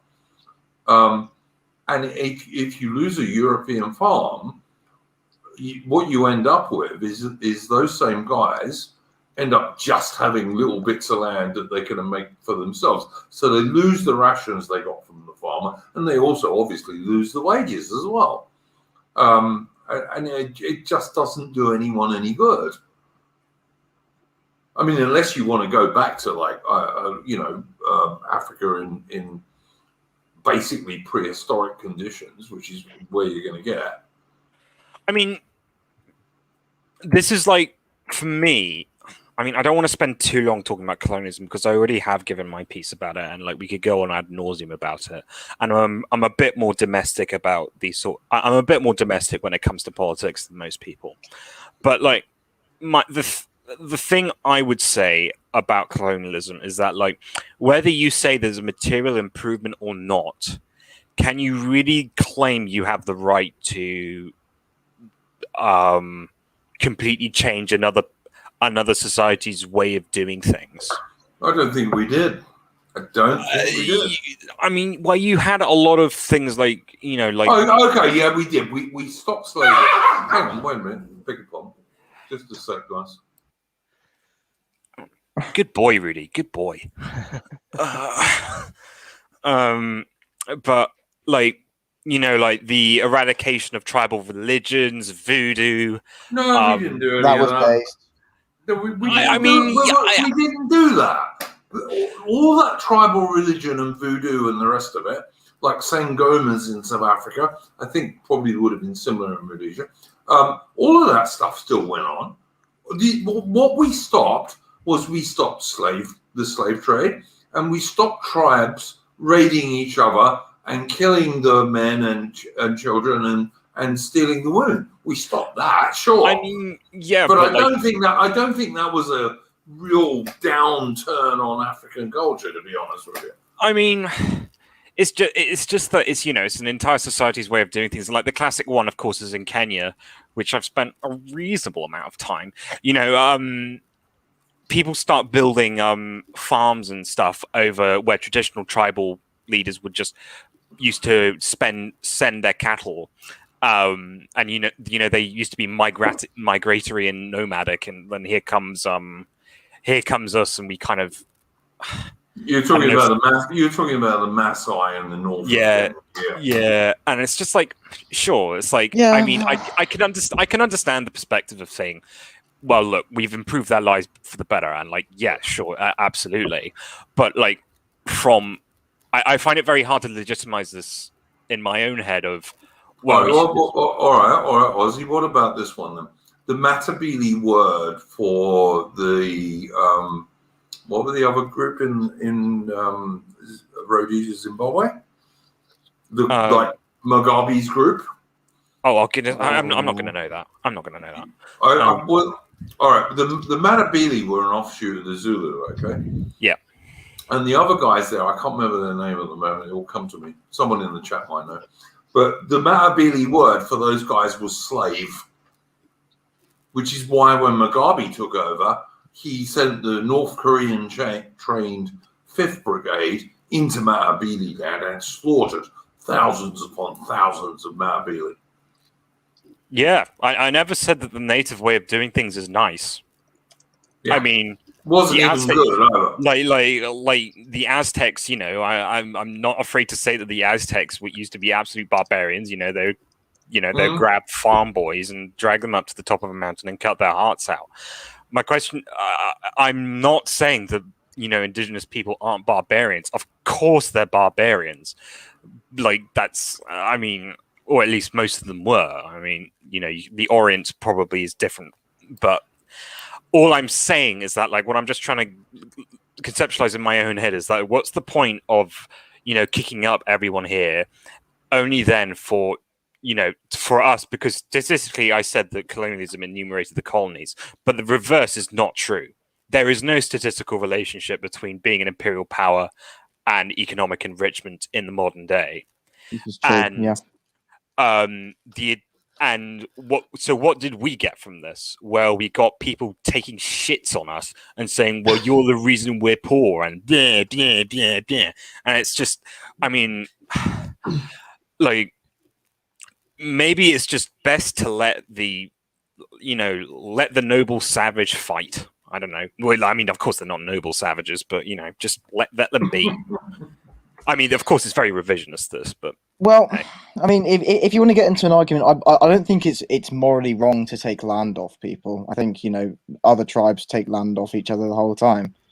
I mean, like, and in a lot of cases, like a lot of the, like, for example, the Bantu in South Africa and other groups in South Africa as well, they certainly came from further north. They're originated from sub-Saharan African.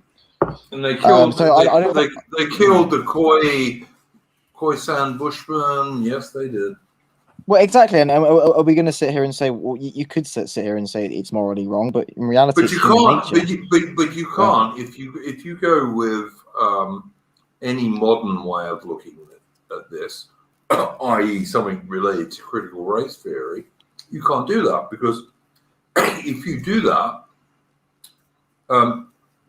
according to modern critical race theory, which is supported by many white people, like traitorous invented by white people, actually. It was invented by the Italian lady. Yeah, kind of. I think it was invented by a group of people, some of whom are Christians and some of whom are not. But if you go with that stuff, only white people can be racist. So basically, it's just anti-white propaganda. Oh, okay. Like, put it this way: if someone came up to me and said, "You should be guilty because of colonialism and blah blah blah," I'd say no, and I'm fucking pleased my ancestors beat you. Yep, because absolutely right. You've got. I have no problem with the fact that in human civilization, in the test of the historical, in the test of the natural experiment we called human civilization, people before me did well. That's good for them. But like, if I was ever to do a retrospective on this, on imperialism in general, I would probably, and like I had that opportunity, I'm like king of Britain, and like, you know, the ships are ready, and someone says, "Should we go and conquer the world again and paint it red?" I'd say, "Nah, probably not." I wouldn't, but then I'm more of a jingo than you, mate, by a long way. I'm much more of a jingo than you. I guess I've probably got the spirit of a defeated Rhodesian in me then. But it might be that. But Rhodesians never die.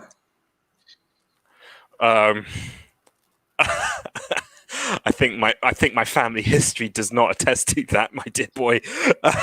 The song says Rhodesians never die, so it must be true. Well, yeah, of course it must. Come on, you've got to stick with your myths, guys. This is one of the things that Black Lives Matter and the left and the Globo Homo are trying to take away from us, is our myths. We need our fucking myths. You can have your myths, but you can also maintain the internal pragmatism. No, I don't think. No, you can't, Ozzy. You can't, mate. You can maintain it in your own head, but you can't spread it amongst the great unwashed. Of course, I mean, I wouldn't call them unwashed. I would just call them Tom, Dick, and Harry. This is actually something that's actually kind of been grating on me for a while. Is that I'm noticing a lot of people in our circles are starting to get really sort of, you know, almost. I mean, of course, anyone can tell. Yeah, snobbish. Anyone can tell by the sound of my accent and the way I talk, my mannerisms and vocabulary, that I had a reasonably established education. You went to a public school, old boy. Yeah, and so maybe it's the crow who calls the raven black here. But but I'm starting to see this sort of thing like, oh, they're all the unwashed, they're the stupid ones, and like, you know, it's just like, mate, just because they're not spending like, you know. No, hang on. Maybe you misunderstood me there, Ozzy. When I say the unwashed, I'm talking about the left and the Globo Homos. Okay. I'm not talking about ordinary average people who I think are actually more based. I'm talking about the left and the Globo Homo types. Okay, maybe this doesn't pertain to you, but I am seeing it more often in which people are just sort of, they've become. AA is actually very guilty of it. I see what you're saying. Yeah, everyone's got to be tens. Yeah. Everyone who isn't on my political level of isn't on my power level is my inferior. It's like just because you know they're enjoying their lives, you know, and they're popping out kids. Well, here we are on an anonymous YouTube stream. I don't disagree with you on that, Ozzy. I like AA. Generally speaking, he had a very good stream if you're into the NRX shit yesterday. I thought the first half was good, but he kind of drops off a cliff in the second half. He's not very good at NRX. I'm going to be real with you. He's not very good at it. But I don't think he is either. But he had three guys who were. Adam, sorry, you were saying, mate. What I was just saying he started off good, probably because of his guests, and then he just kind of dropped off a cliff. Like there's a point in the stream where he starts talking about, Christianity's cucked, and I just thought, oh God. I mean, my eyes rolled so hard I gave myself a headache. So I get you with that, mate. I'm a bit like that way. I don't hate him. I mean, for one thing, he was in the chat in this stream last week, but really? but yeah, he was. Yeah, but he was not on Splendid Isolation. He was on the response to me. He was. Oh right. Yeah, no, he was on this stream last week. But anyway, in the chat, but I like AA, but I don't always agree with him, is what I would kind of put it at. And I think Alman is totally right about that. That was a good stream if you listen to it, because he had three good NRX boys on there. Although I have to say, I'm not NRX. I'm not, because I don't think it'll work for Britain. It might work for the US. It might even perhaps work for Australia, but it won't work for Britain. It can't. Well, one of the Moldbugs come up with some really weird takes on CRT as well. recently. Yeah. I'm not sure if people. Yeah. He said that like he wants to make his own CRT or some shit. I don't know. And then because he thinks he's an elite, he thinks he's going to be able to like apply his own CRT. I don't Okay. fucking know. Adam, Mortbug seems a bit mental to me. But anyway, sorry. Well, I don't think he's a bit mental, but yeah, Ammon, what were I you think saying? he is. I was going to say something kind of more along the lines of what Oak said. Is that one of the funny things about the whole NRX thing is that most of the acolytes of NRX don't really agree with a lot of the tenets of NRX. They Yeah. they take some of the framework and then they kind of apply Yeah. their own spin to it. But most of them all agree that like there's things Moldbug gets right, but there's some things that he really does not. So Yeah, absolutely. Well- I agree with that. You get this funny thing in the NRX because like the NRX functionally is an attempt to apply a relatively obscure part of computer science to political theory. And it Guys, kind of- guys, before we go on, explain to the chat what NRX is in case. Okay, they NRX Dark stands for Enlightenment. There's the Nick Landon Moldbug. They've got a blog basically, and they write about things. neo-reactionary. yeah. It's not an and- ideology. It's like a system of analysis of like modern society, basically. And Yeah. most Okay. people and like most people seem to not actually understand that it's a system of analysis, and so they just say, "Oh yeah, I'm a neo-reactionary." But like even and then like people who talk about the cathedral, like you see AA talk about it, and like he calls it the same thing as global homo, which it's not. Like I'm not NRX by any means. I think it's Well, hang on, it mostly is global. no, it's not. Oh, It's a- thanks. You're going to have to explain to me how it's not then. Okay. The concept behind the cathedral is that there is a simultaneous, non-singular entity that is changing the consciousness of society. So for the classic example is how did you can already see how overly wanky and ridiculous this is. Just No, at the hang start. on. I've got. But give me let me. Okay, No, wait. Just let me say this. As far as I'm concerned, and like I was reading Moldbug years ago, and I've never always totally agreed with him. And like I said, I don't think it can work for Britain. But as far as I'm concerned, what NRX really is, if you're looking at Moldbugian NRX, it's a way of explaining how power works really in what we are pleased to call democracies. Yeah, but so the cathedral is basically the conceptual entity in which it's not run by a single person or a single group. It is a emulance of higher consciousness within the society that transfers. Yes, Rory Herbert, that is his doxable name. It is a consciousness. It's the way the society thinks, and it's in charge of certain emergent phenomena. Hang on, guys. Sorry, I've got to stop this. If anyone else doxes anyone else on this channel, you're banned. Last warning. He sold his book with his name on it. I don't give a shit. I don't give a shit. This is my channel, and if you ban someone on this channel, if you dox someone on this channel, anyone, I will ban you. That's the only rule I have. You dox no one on this channel. Right. Fair enough. But I mean, I think he sold his book. I don't give a fuck. All right, fine, okay. It's unacceptable. Don't dox people. I've never seen that guy's. I know who he is. I've known who he is for ages. But you don't dox people on my channel. who are we talking about? The carpet, the magic carpet seller. Mr. Yeah. Anyway, so the cathedral is basically the concept behind how can different companies and different entities like a government and a multinational corporation that seem to have no immediate ties both come to the conclusion that they need diversity officers. And you can have, theoretically, the cathedral could work in a non-progressive way. So, for example, it could be that they decided to have segregation officers instead. In theory, but that never happens. Yes, but this is the NRX framework, and this is what the cathedral is.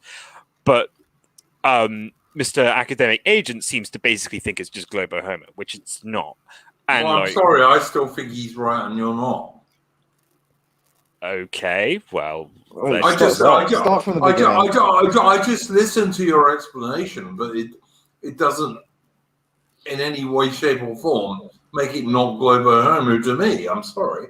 I mean, I see what you're saying. That in theory, it could go in other directions, but it never does.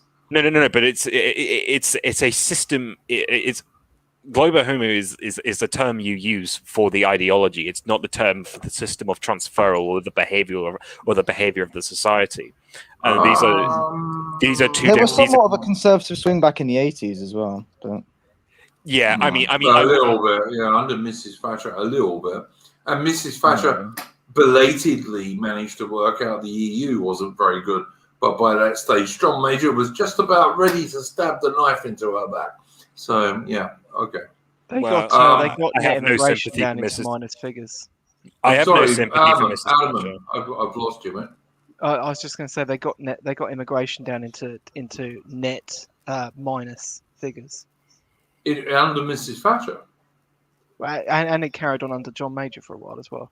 Oh, okay. Right. It wasn't until Blair came in that it was. That when he wanted to rub our nose in diversity. Yeah, I know about that one. Yeah, well, Blair's a dickhead, isn't it? So, well, yeah, I know that. I mean, look, if I'm going to have a major criticism of AA, is what AA tends to do is he fastens on a particular figure, and what he fastened on Donald Trump, for example. And went on for ages and ages and ages and ages about how Donald Trump was going to cross the Rubicon and do all sorts of stuff that he was never going to do, but AA thought he would. And these days, what AA has done is he's transferred this on to Tony Blair. Now, Tony Blair's never going to come back into British politics as a political leader because he's far too hated, not by the public. I mean, he is hated by the public, but he's hated by far too many people on both the left and the right in politics. And AA is just wrong about this Dark Lord bollocks that he goes on about. I mean, yeah, he's a very important bloke in global homo. Yes, he is. But he's never coming back to run a British political party. Never going to happen. I mean, I'm not an expert in the architecture of Labour. So, I mean, all I would say is that if Labour has as many factions as it seems to have, it wouldn't surprise me. No, he's not coming, bro. He's got some like 16% public approval. He's not coming back. No, he's not. AA is just wrong about that. I'm sorry. Right, but I mean, AA did point out that he's now over 50% approval within the Labour Party. He's got to be an old fucker right now. He's ancient. He's ancient. What were you going to say, Oak? Well, I was just going to say, like, I think that's partially because, like, they've had a lot of years of failing very left-wing leaders, you could argue, and also a lot of union influence as well. Yeah. So there's specific reasons for that, and like the views of the Labour Party aren't in line with the views of the general public at all. No, on most things. Yeah, they're not. They're really not. Well, I put forward to you, I think on your stream actually, that that Labour had created a dragon eating its own head with Tony Blair because of course when you put loads of students and politically wake them up, they're all going to become very left wing and demand political change, and basically Labour now can no longer be the centre party. Well, they never were the centre party, but anyway. Well, Blair certainly conveyed as much successfely in 3 different elections. Not to me, but anyway. Yeah, well, Duke,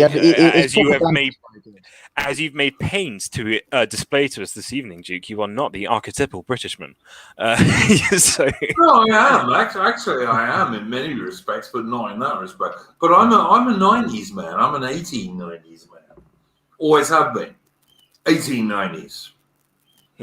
I mean, that to me was the last time Britain was real Britain, was 1890s. Blair's real victory was winning over like people in the like I think he said Mondeo man was the word, wasn't it? Yeah, Mondeo man. Is that a type of car? Yeah, full Mondeo, yeah. But Oh, it's just, for God's but sake. basically what Mondeo man means is like sort of like professional middle class person, essentially. Is what it means. Yuck. But yeah, okay. Well, yeah, I But mean, you know, they I mean, solidified. it seems to me it seems to me with the Labour Party that like you can't win Bristol and Hartlepool, really. You sort of have to pick one. Like I think they'll always win in Bristol and Islington, but I mean in some of these places.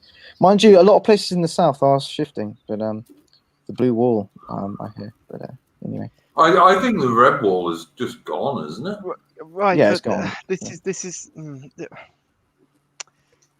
the red wall didn't exist.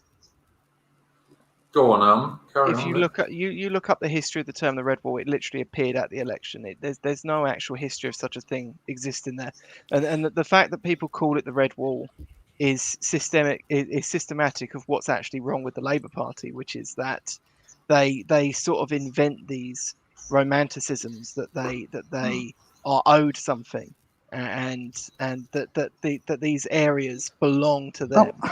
And that was never really true. Those areas have flipped a bunch of times. Well, they flipped from Liberal to Labour. I don't think a lot of them have never gone Tory ever. Yeah, But, I mean, there is, for example, there's that little bite from the northeast that sort of looms over Yorkshire. It sort of takes a shadow over Yorkshire, and that has consistently been Labour for decades. Mind you, adding on to Atman's point, Richmond in Yorkshire, Richmond Yorks used to be the safest Tory seat in the country. It was for a long time. Yeah. My hometown was one of the safest Tory seats in the country, and now it's a Labour stronghold. And that happened all in the span of like one election. Guys, we're going to go until 1:30, and then we're going to stop, unless something comes up that's interesting. But I need to go to the loo. But I need to... No, I'm not. Listen, guys, I'm not slagging you off. Honestly, this is my stream. If it's a bad stream, it's my fault, not anyone else's. But I'm going to now ask Napoleon, because he hasn't said anything for ages. I got to go to the loo, mate. So can you talk for 5 minutes and Yeah, like I'll Cool. take charge. Oh, God. No Irish people, Okay. please. So please, right, please. no, don't worry. Okay, so I didn't want to interrupt anyone, but there were two things that I wanted to acknowledge like half an hour ago. One of them being colonialism, and specifically done by the British Empire. We had every material and idealistic justification for creating the British Empire and basically colonizing a quarter of the globe. Maybe not a moral one, but honestly, moral justifications back in the 17th and 18th century would be pointless arguing now. Maybe in terms of Africa, because it's still very tribal, but that's just a completely other moral sphere. The second point was about critical race theory. Yeah, I know this. People are saying that it's all it is global homo, and that it's just purely anti-white. It is in terms of pragmatism, because the people who use it are unfortunately the left and Africans. But critical race theory is a perfectly legitimate way of sociologically analyzing, like a society, because all it is just critical theory is analyzing power relations between groups. So if you just add race into the equation, then it just makes perfect sense. So in terms of idealism and theory, it sounds absolutely fine. But the thing is, we on the right, the centre right, the far right, we don't neutralise it in the way that it would have the best outcome for us. Because the thing is, critical race theory originated from the civil rights movement. It actually came out of something... I think it was an American legal scholarship, but the thing is, I think it came out of Brown. I think it came out of Brown University, I think, in the 80s. Well, yeah, it came out. No, it's called that. It's not. Well, for goodness sake. I know. I just felt like saying that. Yeah. Okay. What did I miss all this great mirth from? Nothing. No. No, There's a come on. university called Brown. It's called I Brown heard Brown University. University. Yeah, I've heard of it. Yeah. Yeah, and Ozzy thinks that's really funny. It's called Brown. And it has Brown supporting policies. Yeah. Now you've made a little aside smirk into a Oh, you have to whole stop. comedy sketch. What do I need to stop doing? What do I need to stop doing, Napoleon? You've You got to just, be really. like- You've got to be careful here, or like you're going to get labelled an extremist. Well, it's called Brown University. It's where critical race theory comes from. Well, what do you want me to say? Yeah, but you do realise that you're going to get labelled as an extremist if you carry I on. don't care. Fuck You will no longer be a Tory. It'll all be fine. It'll all be fine. Can you just say what the university is called again, Oak? It's called Brown Please University. don't. It's kind of ironic. I give you that.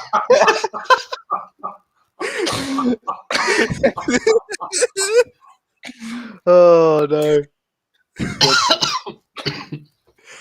You know, can you imagine what all these LGBTQ brown and black people and all these white allies are going to think of us laughing about this? They're going to call us terrible white supremacists.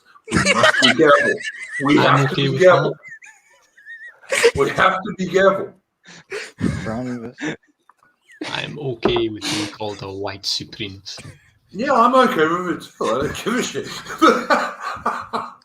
And the funny thing is, like, You reckon Limbu's going to get a PhD from Yellow University? No, absolutely not. No, do you know what I think Limbu's going to get? I think Limbu is going to end up being a commissioned officer in the British Army. That's what I reckon. Yeah. That's what I reckon. And you know what? I think he'll be a damn. And as a Gurkha, I think he'll be a damn good one. See, this is the difference. Sorry. No, hang on, guys. This is the difference between us and the left and the global homo scumbag. Is that, like, Limbu's our mate, right? And we can have a joke with him, and he can have a joke with us, but actually, he would make an extremely good British Army officer. And we all would say that. Yeah. So, you know, and that's the difference between us and these left-wing arseholes and the global homo arseholes. So, you know, and I'm happy to have a joke, and Limbu can have a joke, because, you know, he's a Gurkha, he's got his own proud traditions, who are intimately related with Britain going back to 1815. And yeah, if Limbu becomes a British Army officer, good. He'd be a good one. Yeah. Agreed.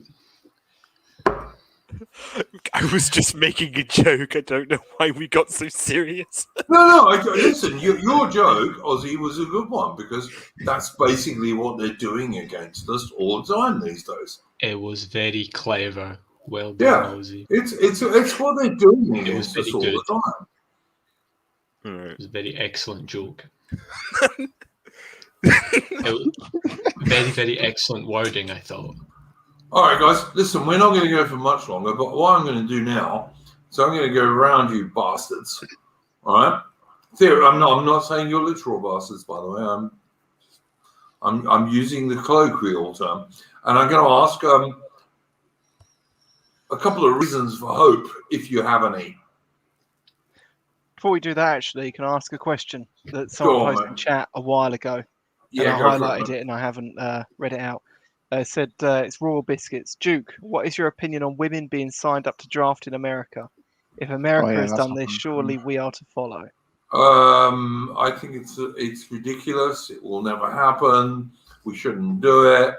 We don't have draft laws anyway, so. No, but I mean, Britain can bring them in easily, as you all know, Ozzy. Yeah. Like we've done it before. Yeah, but But the America has an actual draft. Yeah, I know, but like Britain can bring that in like probably a week or 2 weeks. Let look at the stuff that goes through the British Parliament these days. So yeah, but I think it's a huge mistake. It'll probably never happen. It makes things look. It's kind of like it's like a smoke and mirrors thing.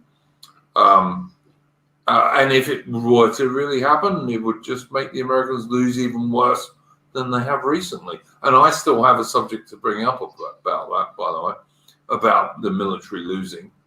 So, but I'm going to make that our final subject. But yeah, I mean, like women don't belong in frontline units of the military. They shouldn't be in the infantry, in the armored cavalry guys, the tankers. They shouldn't be in the artillery, shouldn't be in the engineers, shouldn't be on warships, and they should not be piloting firebombers. All of those things should be outlawed to women. They shouldn't be allowed in any of them. Because if you put them in them, you'll lose against blokes. Because blokes are more aggressive, bigger, tougher. And even if you're like talking about fire pilots and people on ships, just the bravery and courage and aggression makes blokes better at that stuff. Much better, in fact.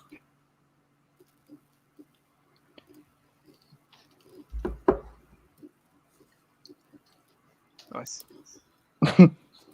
So that's what I had to say on that one. If you got anything to add to it, go for it. No, I'm good. All right. So now what I'm going to say is, and I've got a subject to bring up before we finish, but before we do that, I'm going to go around the panel and ask one or two things you can think of that are, if you can think of any, that are white pills at the moment, particularly for Britain, but generally. I'm going to start with Royal Oak. Go on. Well, I was just going to say, the Bow Group and the New Culture Forum are doing a documentary at the moment. It's the part of the Heresies series they're doing with talking about immigration and demographics with David Coleman. They've invited David Coleman, and David Coleman was, of course, the person who made the 2066 prediction. So it could get interesting. I'm watching with interest to see how that goes. But and I say this, like these kind of ideas like start on the fringes. I mean, if the Bow Group, which is like quite a mainstream organization, is going to co-release a documentary talking about white demographics, then maybe there's a point for hope there. It's starting to come into mainstream sort of discourse, isn't it? Could I ask, Roy, please keep us up to date with that, because that's interesting. Well, yeah, it'll probably be on the New Culture Forum channel when it gets released. But all right, but keep us up to date with it in Discord and what have you. That'd be cool. Yeah. Cool. Okay. Okay. Next, Napoleon. No, to be honest, I've had a very bad week with the Kirk, but yeah, I have nothing. Oh, that's a shame. Okay, Aussie. Okay, there's a few ones I can think of, actually. First of all, Christ is King. Hallelujah. Alleluia, alleluia, he is risen. But on a more material level for my spiritually unenlightened fellows. Like me. Yes. One of the things I could think of is based on who has the children, there is only one group so if you just take people politically and you split them into their political orientations from left to right, the only two groups that have above replacement fertility of those 10 is 9 and 10, as in the two most right-wing groups. Everyone else is not having replacement fertility. So Basically, right wingers have more kids. That's White basically what we're saying. White pill. Yeah, I guess that's the white pill. so and also because of course politics is genetic, at least in layman's terms 50% it's 50% genetic, then that bodes pretty good for the future. But yeah, that's that for me. Cool. Alan. Oh, there's pressure now because I'm last and I've literally got nothing. That's I why I keep- left you the last. I so you keep can think thinking, about it. I've got to be like a bit of a beacon of hope. I've got to be able to dish out white pills, and then You got to be I kinda Gandalf the sit White, there. bro. Yeah, and then I just Yeah. kind of sit there, and I'm like, oh, it's Well, all you- so hopeless. Well, What was I saying before? hang on, Alman. You've been doing your local activism, so that's one thing. Yeah, I'm not going to win though. that's really plain from the outset. It's like, You think you're going to lose? You think you're Yeah, going to most lose? definitely. I mean, I've stood up to quite a few housing developments, and I've never won a single one. So it's, man. it's very, But at least very, you're very trying. hard to get one turned At down. least you're trying. Well, Do not yeah, go I mean, gentle into that good night. It's much better to try than not to try. Yeah, definitely, and the struggle is kind of what it's really about as well, because you kind of it's a good opportunity to network with people to sort of make the various institutions and establishments mask slip in front of people and all sorts of stuff. So All right, I've just come up with a new subject that I almost forgot. I have got one thing to finish on, which I will. But before I do that, I'm going to ask you guys about something that AA was talking about on his stream yesterday that I have a bit of a problem with. All right, let me try and do this in a nuanced way. I don't have a great problem with someone who is gay, who's on the right wing, if like them being gay is not the main thing about them, right? Like a gay bloke who is a right winger, if that's not the main thing about them, like they have good takes and all that kind of stuff, I don't have a big problem with that. I do have a bit more of a problem with like gay people on the right wing, but not if it's not the main thing about them. I hope I've explained that kind of. But I do have a bit more of a problem with transvestites and bloody men who think they're women being on the right wing, which in yesterday's AA stream, the AA was defending, and I'm not so sure about that, mate. I'm really not. Who is he talking about? What's she called? Rose of Dawn, isn't she called? I believe. Or Yeah, and there's another one. There's a Scottish one on AA stream as well, who's fairly AJ. regular. Yeah. I know. I do have a bit of a problem with that, to be honest with you. I do. Like if we are taking these guys in, what's the difference? There's no way those people would be acceptable to like real reactionaries 100 years ago. It's just not possible. yeah, Am I wrong? Am I wrong? I agree Am with I you. wrong? I listen. I'm not going to have a go at those people. I'm not going to slag them off. I'm not going to attack them. But I don't think they ought to be on our streams. There was this I whole thing in think- California, wasn't there? Recently with Caitlyn Jenner being the candidate. Yeah. In that situation, if it was her or if it was him/her or a Democrat, I'd happily vote for them. To be honest, That's him. but But yeah, okay. you know what I mean? Bruce Jenner, the person. Yeah, but you're everyone talking already. about. But you do see that you're already cucking. Somewhat, but No, not but somewhat. Not somewhat. fine, Totally. whatever. You're cooking. Him, there you go. Him, Bruce Jenner, Bruce Right, Jenner thank won you. the gold medals. Thank you. There you go. Thank you. Then you're not cocky. Well, most people sort of recognize them as two separate people now, rightly or wrongly. I think wrongly, but I mean, I don't know. Well, Yeah, I'm then fucking don't right. agree with them. Then Anyway, don't let me agree finish. with them. What was I going to say? I'd vote for them over a Democrat, probably. There you go. Right, fine. But I wouldn't want them in like my fucking, I don't know, streams or whatever. But And they wouldn't be my mate. I've got to say, they wouldn't be my mate. Napoleon, what do you think of that?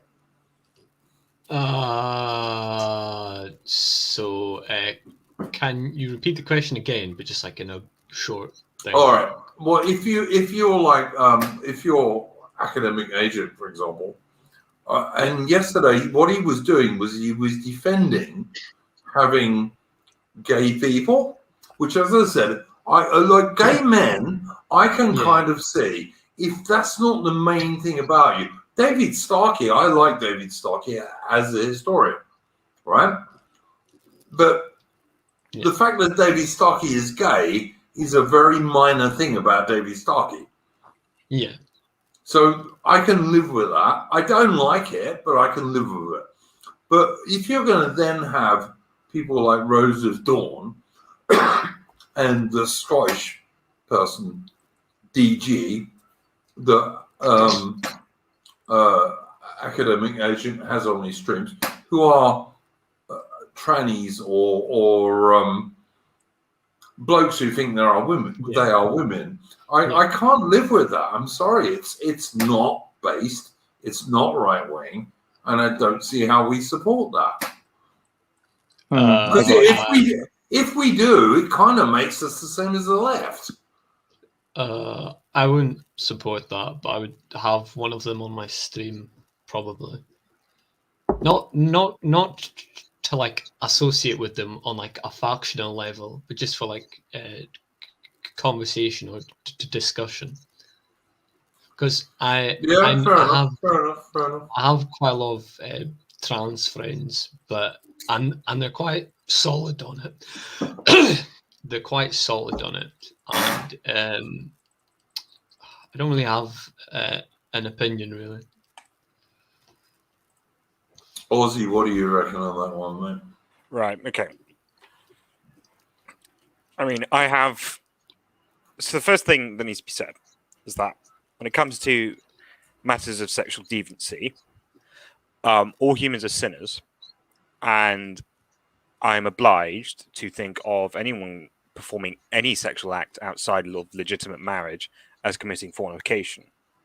So, functionally, to me, homosexuals having sex is basically the same as an unmarried straight couple having sex. I mean, of course, it's unideal, and of course, most of us. So you don't think it's worse, Ozzy? You don't think it's even worse? On a give me a second. On a spiritual level, I think that they are both sinful, and they both sin means to miss the mark, and it's just so. I'm very reluctant. I'm very reluctant. Of course, though, I would say that it's all. I mean, it's a sin. It is a sin. There is no way of getting around. Yeah, but Ozzy, give me a second. Hang on. No, I will, but hang on. A straight couple, yeah, say like a young fella and his girlfriend, they could be having sex, but they're fully intending to get married. Okay. Yeah, it's perfectly normal, and and say they're engaged. Okay. Give me a second, G, because like if I'm trying to flesh out something, it really helps to be able to have the ability to speak about. Go on. So I mean, people sleep outside of marriage. That's the fact of the world. I mean, I'm pretty sure that most of us most of us here have done it, if not all of us. Never.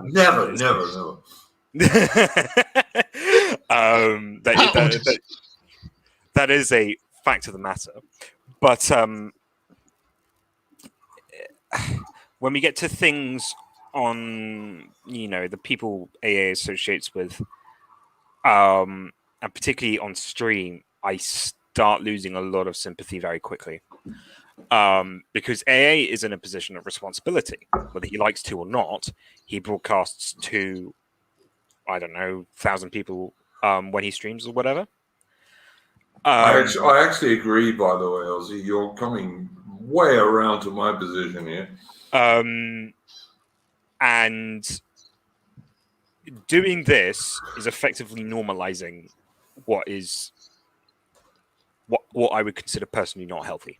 Yep, totally agree. Wait, Totally hang on. Regardless, give me a second. Regardless of our own personal positions on the subject, which I think we all may have, and AA may have his own position on it, and I'm sure he does. But for me personally, I think you put yourself in some serious moral harm by doing this in public. Yeah, I mean, I don't disagree. I don't disagree at all. And he said Tory boys were cementing the victories of the left. He's having fucking fun. He's on the stream. Shit. Yeah, no, I listen. On that, Rollo, you have a point.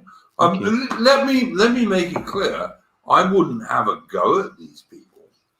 All right, I really wouldn't because I wouldn't because we've got so we've got so many fucking enemies. I certainly wouldn't have a go at them. But whilst I can, to some degree, forgive a gay man who the fact that he's gay is not the main thing about him, I just don't see this. Like some bloke who pretends he's a girl, I don't see how we can support that.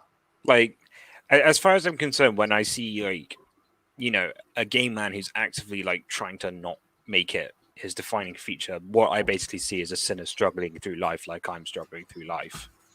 Yeah, it's the same, and I'm all right with that. I can live with that.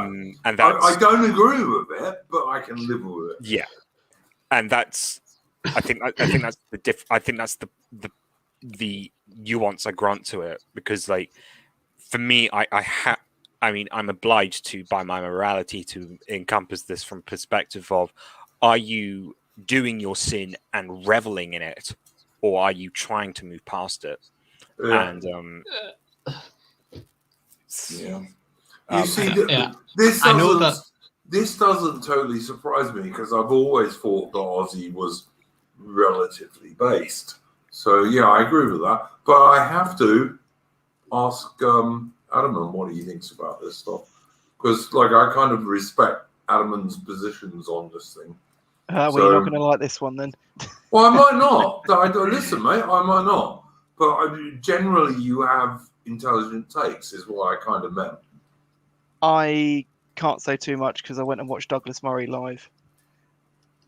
Well, But that's got nothing to do with anything. But yeah. Well, I mean, because Ozzy just said, someone who doesn't, and you kind of see this a lot, like someone they are gay, but they don't really, they don't make it a founding principle of themselves. They kind of. That was my major point. But then the thing is, Douglas Murray wrote the conservative argument for gay marriage. So, as much as I like The Strange Death of Europe, and as much as I like a lot of the other stuff that he says, I don't know. There's still. Well, Murray's entire thing is liberal, and in its origin. Yeah, you can agree with him on. You can agree with him on some issues and not on other issues. That's fine. Absolutely right. Yep, I mean, the other thing as well, which I think is kind of silly about this whole thing. I get where people try to say the utilitarian argument is you need to broaden your horizons a bit, but you're not exactly excluding a particularly large amount of people. No, you're not. This group does have to be born on the idea of exclusivity. So, all right. Adam, this is what I really wanted to ask.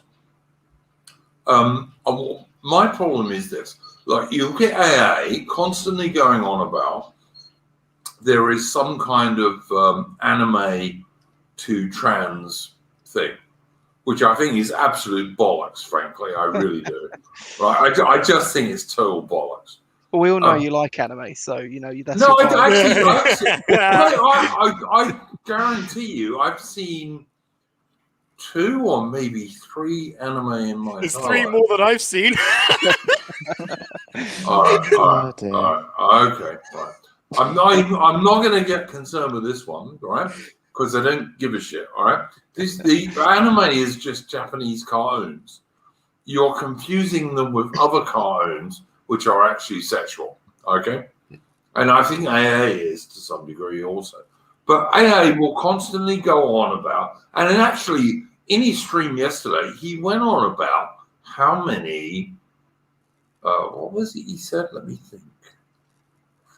Oh yeah, how many sissy things there were, which is, I think, like blokes becoming girls somehow, or whatever. I mean, I don't know what it actually made.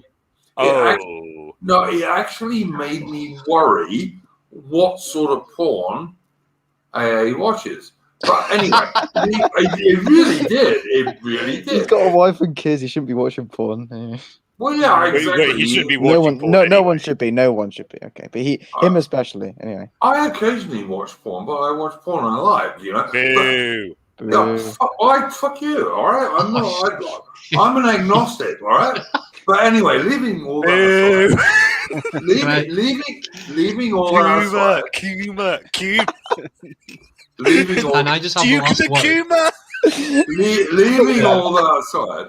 Can I just... Guys. Sorry. When I was in the British Army, I was cooming all the time. Let's get breeze though. I just watch pornography, mate. I just say I'm unbased now. Oh my god, I'm unbased. Bashes, that's what we call them. I know it's 1:30, but do you mind if I just say 2 things very quickly? Go for it, mate. That I meant to say like 5 minutes ago, but I couldn't get a chance Go to. for it, mate. Go for it. Okay, there's a guy in the chat called Pep says, this is stupid, a lad and a girl hooking up is not the same as 2 homosexuals. Of course not analytically and with respect to syntax, but in respect to what Ozzy was saying, spiritually, I can't find any difference between it. Of course there's a difference morally, but to me, it's not really like a couple who's not married and they're having sex and a homosexual couple having sex is the same thing spiritually, but not analytically or morally. I think that's what Ozzy was trying to say. And the second thing is that what was the second thing? Well, what was the thing that we were saying? I'm not sure if I agree with that. Then you're a in the weird. sense that it's a mutual. Hang on, Rollo. Let him finish, please. Well, he said first point, and then he's going to make second point. Oh, sorry. Yeah, well, let him make his let's make second point then... first, and then we'll go for that. Sorry, Karen. No, you can answer him afterwards. Sorry, carry on, Napoleon. Sorry. I'll let Oak say his objection, and then if there's time, I'll respond to it. Well, yeah, I thought I'd just respond to it because you said first point and then you were going to move on. But anyway, sorry, I didn't mean to interrupt you. No, I was just gonna say like they're the same in the sense that they're a mutual transaction, but I wouldn't recognize. I suppose all sex is a mutual transaction, but I wouldn't recognize a man and a woman having sex as the same action because it's quite literally not the same action. One's sodomy. I made the distinction between from a spiritual standpoint and from a moral standpoint, which is what Ozzy just did like 7 minutes ago. Obviously, I don't think it's the same action in general because we deal in politics, and in politics we try not to be idealistic at all. We try to be practical. So I don't know if that answers your question. I mean, I could give the Christian answer to this. So from a technical perspective, you are correct. They are technically under 2 different sins because one falls under sodomy laws, the law of sodomy, and the other one falls under adultery. That being that a man and a woman who are not married having sex is considered adultery. Matthew 5:20. Even if they're not, even if neither of them are married, is that true? Yep. Matthew 5:26. So I always thought adultery was like when you screwed someone else's wife.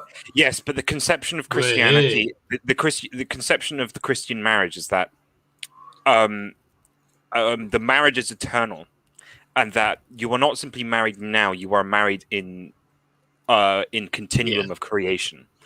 And so, if you sleep with someone else, you are sleeping with another. You are sleeping with someone who will end up married to someone else, and you are therefore violating the marital bond throughout the continuum of time, from a fifth dimensional perspective, I guess you could say. So you are technically correct. However, both these sins would be judged to be mortal and get you into hell if were it not for grace. So All right. Like, I'm a vile agnostic, okay, and I went out. Yeah, I am. I'm quite happy to admit. My dad was a Church of England dude. My mum was a Roman Catholic lady, and I went out with this chick like relatively recently, and had a first date with her. You know, bought her dinner, did all this stuff that you do. Went out with her on a second date, and on the second date, she turns around and said, "Well, actually, I'm married, and my husband doesn't understand me." Literally, that's pretty much what she said to me. She tried to pay for the dinner, but I'd already paid for it. So I just laughed and walked out. And like I said, I'm a Sigma. No, she was a really cute blonde chick, by the way, in her late 30s, like fucking 25 years younger than me. But my old man told me when I was a teenager, he said the only good advice he ever gave me about women was he told me, "Son, never have anything to do with married women." And she was married, so I just said, "Nah, I'm not going to do this." But like I said, I'm a shitty agnostic. And she was rather shocked. But to me, that's what men should do. I mean, you know, if someone is someone else's wife, you just don't do that shit, man. I'm sorry. You just don't. Yep, gentleman's code. Even if you're not religious, there is the gentleman's code. Well, I'm not religious, but I'm a cultural Christian, obviously, because we all are. But you just don't do that. Yeah, well, it's Article 2 of the Gentleman's Code, right after "Don't kick any man in the balls." No, you often kick men in the balls, but bad men. You often do, bad men. I'm sorry, bad men. You kick men in the balls. I'm gonna have to leave right now. No worries, mate. Very, very nice to have you on, Napoleon. Go on, mate. All right. Cheers. Yeah. So yeah, I just think you guys were talking about specific sins, for God's sake, and as a dirty, vile agnostic, I reckon I did less sins than some of you guys were talking about. I mean, probably. I mean, it's for a Christian, it's not a matter of the sins you've committed; it's the matter of your contrition and faith. But anyway, that's an entire aside, because the reason I brought that up was because is because people are saying it's not the same, and technically on a material matter it isn't, and on a legalistic matter it isn't, but on a spiritual matter it is. So, functionally, to be faithful, you have to see things spiritually first.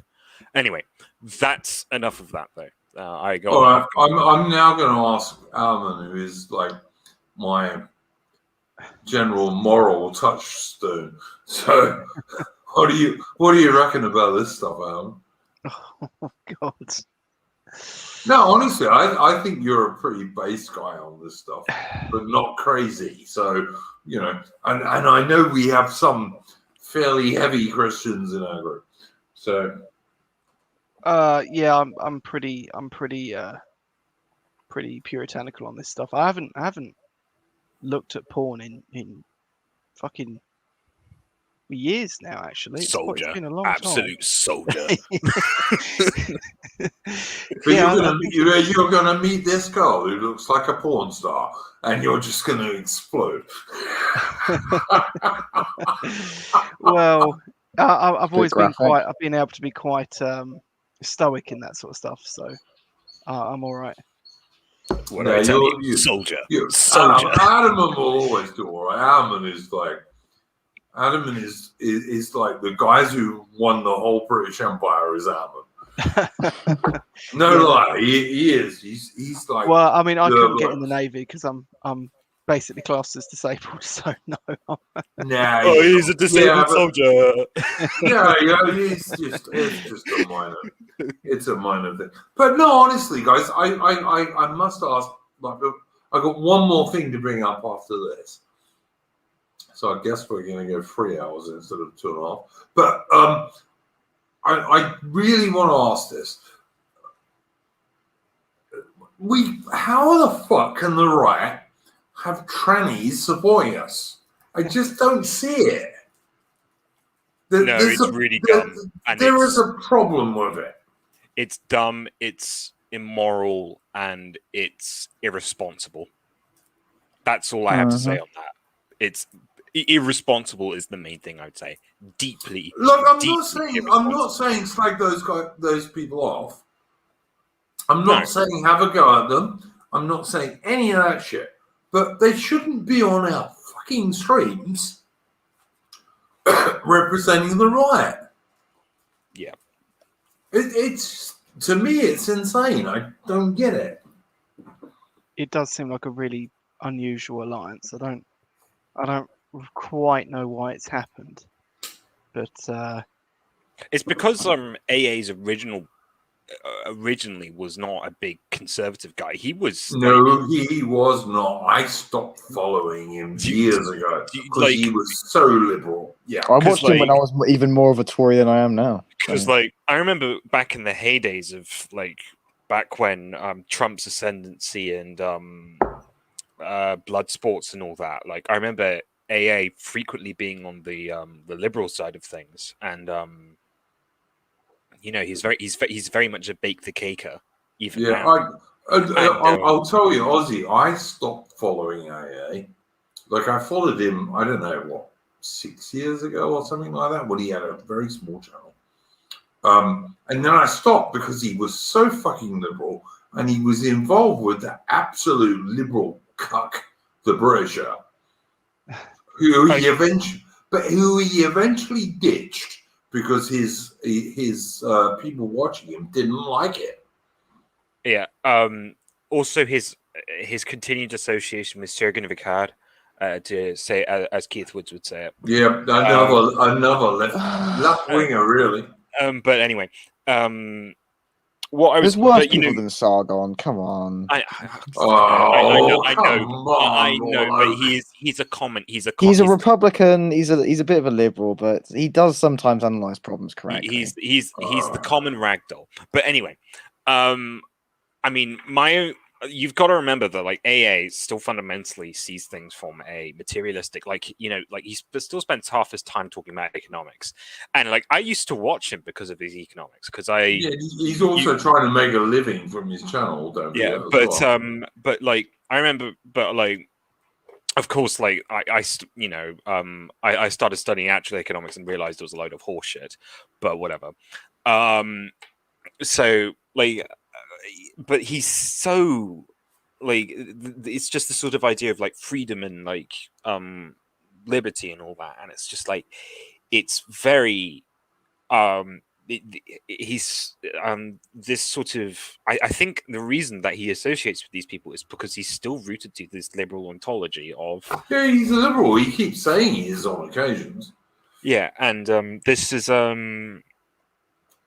this is why I don't really think we should be associating with AA at all. I think he's bad news. I think it's I don't think he's bad news. I think he does more good than harm. But what I do, listen, Tory boy, I'm not going to believe you there, Roy. But yeah, I mean, it's just my opinion. I think he does more good than harm. I think the stream he did yesterday about the NRX with 3 very prominent NRX guys was a good stream.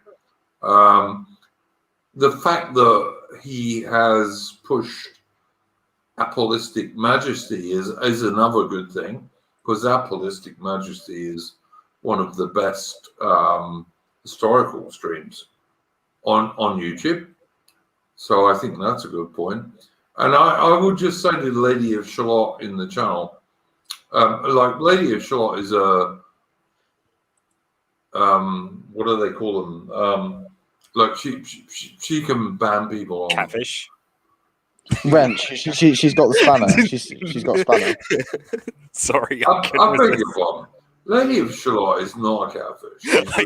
I'm sorry, I couldn't resist. She's a nice. No. What, you said she can ban people. She's got a spanner on this channel. Yeah, she's a nice lady, but she can do that stuff. She's a moderator, but I'm a moderator on apostolic majesty. Apostolic majesty, dear. Apostolic majesty. No one can pronounce that. But anyway, yeah, well, you can. You public school bastard. But anyway. But yeah,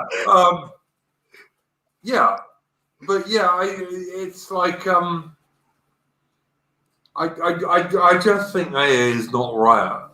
Partly about the gay guys, if it's the main thing about them. See, I can put up with Mr. D when he talks about the good old D. Yeah, I can put up with him when he talks about like the Western canon and art and all that stuff. And yeah, he's great, all right? But as soon as he goes on about gay sex, I fucking just lose it, mate. The first time we interacted on Twitter, he blocked me. He's blocked me as well. I've never even. Yeah, I'm not. Well, there you go. But the fact that he blocked you would like turn him against me totally. Because as far as I'm concerned, Alman is like the good Englishman. Alaman's your daddy. I am pretty sure I am more than twice the age of Alman. So, and he's still your daddy. No, other way around. Actually. No, other way around. Like I'll try and help Alman. So fuck you, cunts. But anyway, at least we have British humour, you know. Still, just about. Brown University. Yeah, absolutely. And I won't even say what my surname is. But anyway, all right. I've got a IGG. Sorry, go on. I have a final thing to bring up. Guys. This is important. According to, where are we? Here he is. Chief of the Defense Staff Generals, Sir Nick Carter, who is one of the most scumbag, asshole, political, anti-British, globo homo generals in the history of the entire world. The UK military were not defeated in Afghanistan, he says. And why did he say this? Because Lucy Aldridge, mother of William Aldridge, who was 18 when he was killed in 2009, told the BBC, the Biased Brainwashing Corporation,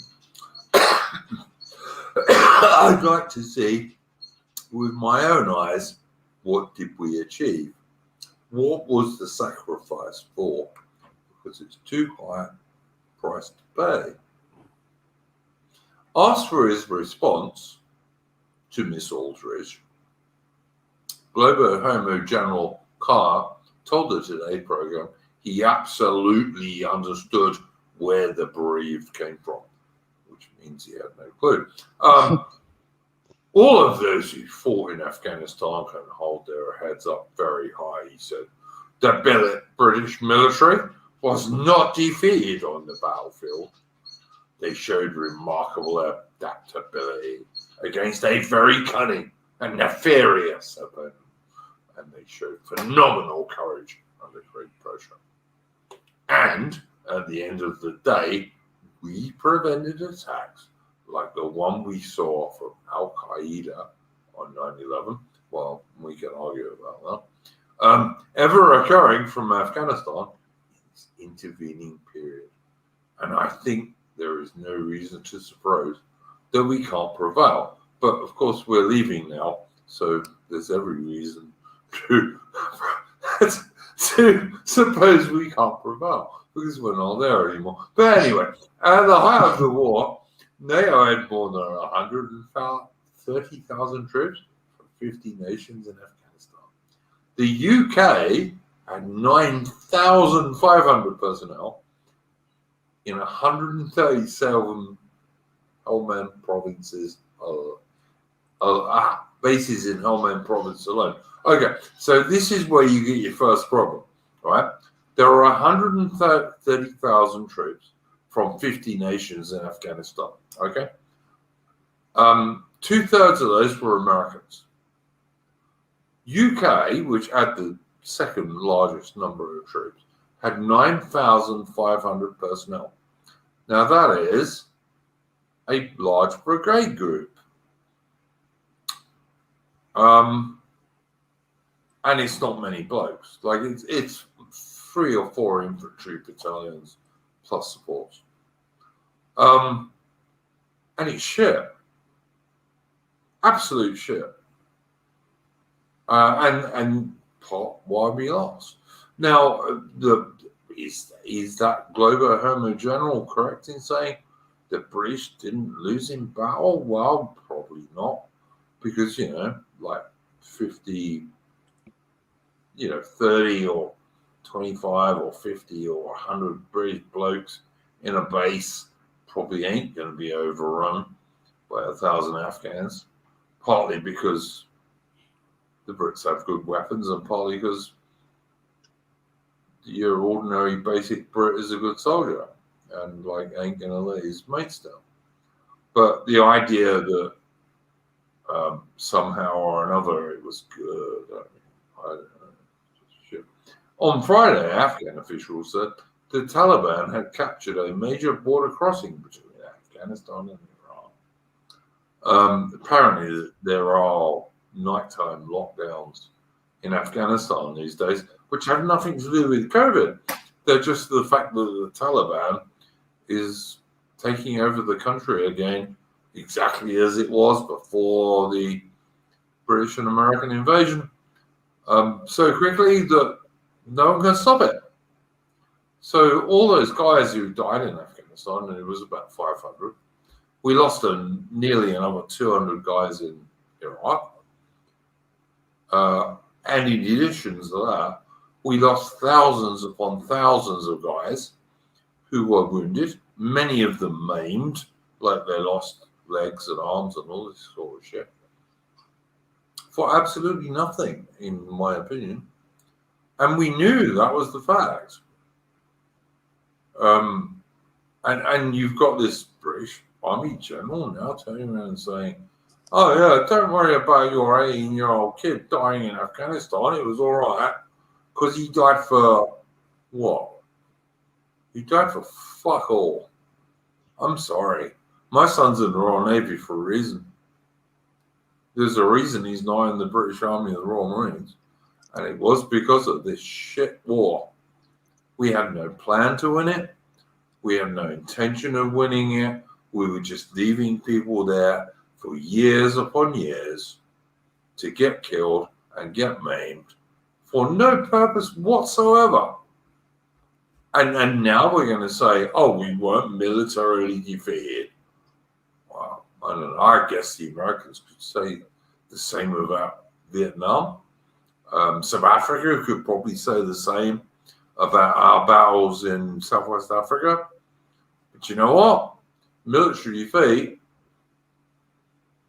if you end up retreating from the war, you lost. Right, but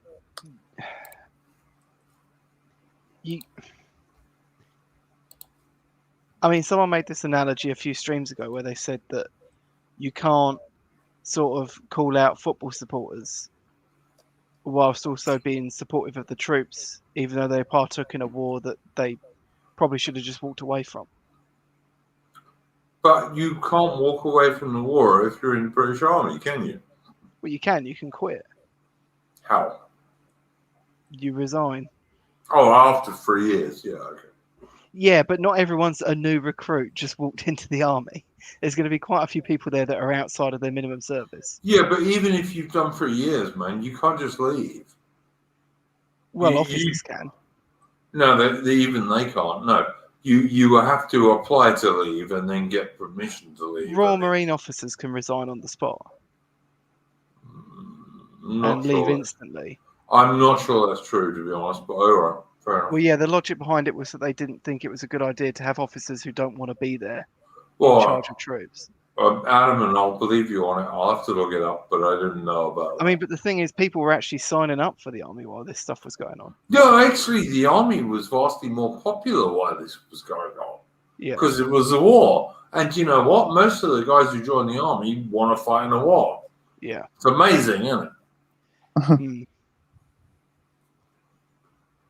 I'm not even joking. It's true. Like, the British Army gets far more recruits when it's fighting a war than when it isn't.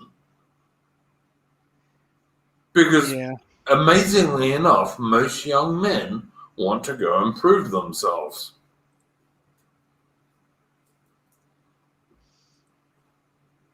But my point is, you didn't prove anything in Afghanistan. You just got killed for no reason whatever. And like the Taliban is going to be taking over. Is going to be taking over Afghanistan certainly within the next 8-9 months, for sure. It'll be a totally Taliban-run country again, exactly the same as it was before we arrived.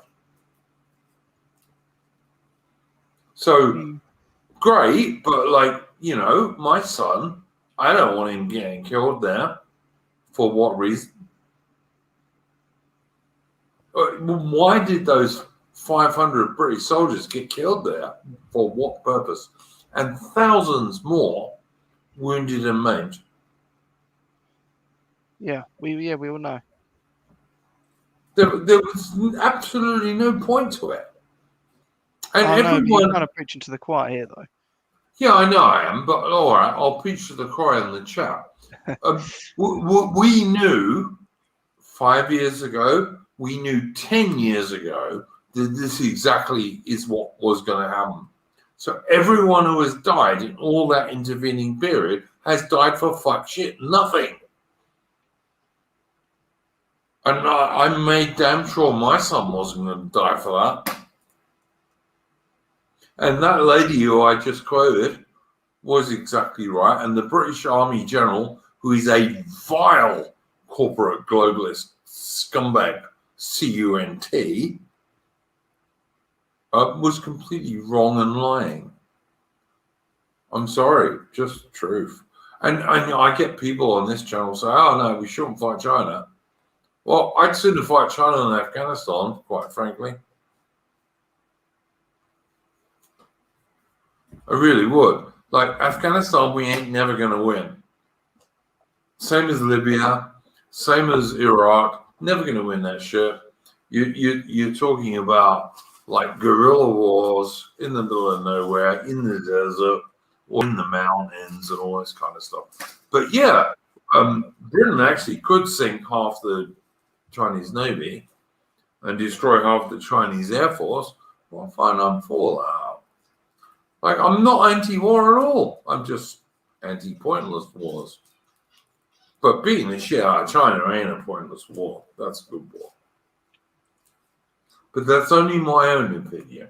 My guests on here may not agree.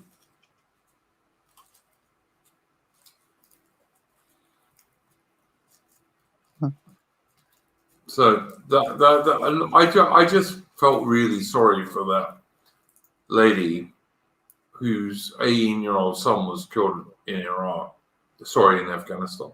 And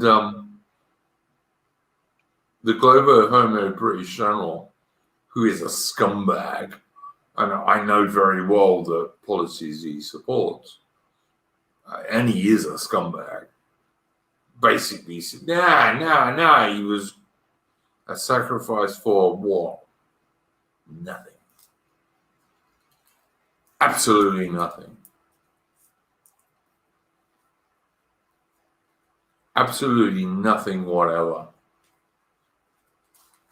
And it makes me very fucking sad and very fucking angry, to be honest. It really does. It makes me fucking angry. Anyway, guys, we're going to finish. Adam, you got anything to end up with? No, I'm good. All right. It's a good stream, actually. Yeah, I thought it was all right. Bit sad at the end, though. Aussie.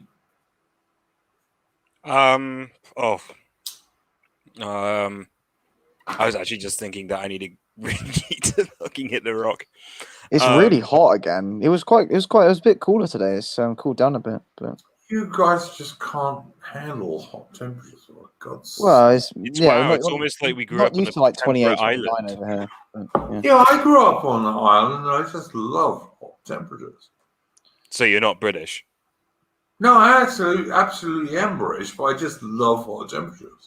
Yeah, that London sounds like a very London actually un-British does. thing. When I lived in London, it actually did get You quite do hot. understand. You do understand that that's how the British Empire overcame like a third of the world was because like. Little Duke! some Oh of us- no! Oh no! It's some of us- raining! Oh no! Some of us can take hot temperatures, boys.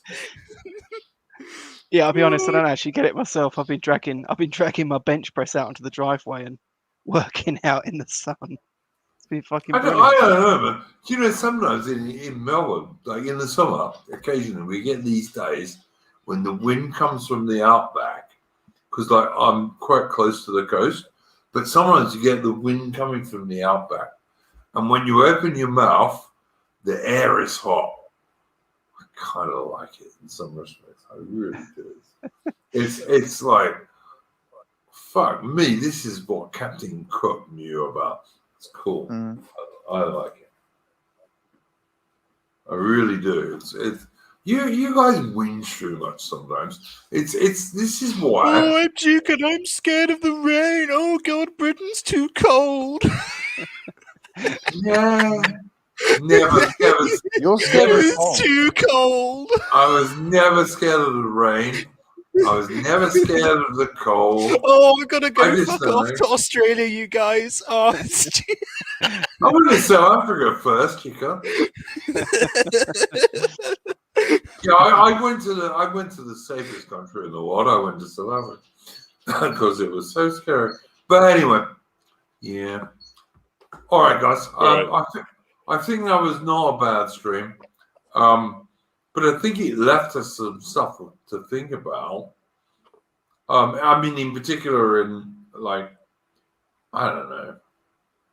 I don't think we want huge numbers of trannies and gay people backing us up, to be honest, because it kind of goes against the whole everything else we talk about. So I don't know. yeah. We could go through this ad nauseum. Take the Tory boy pill.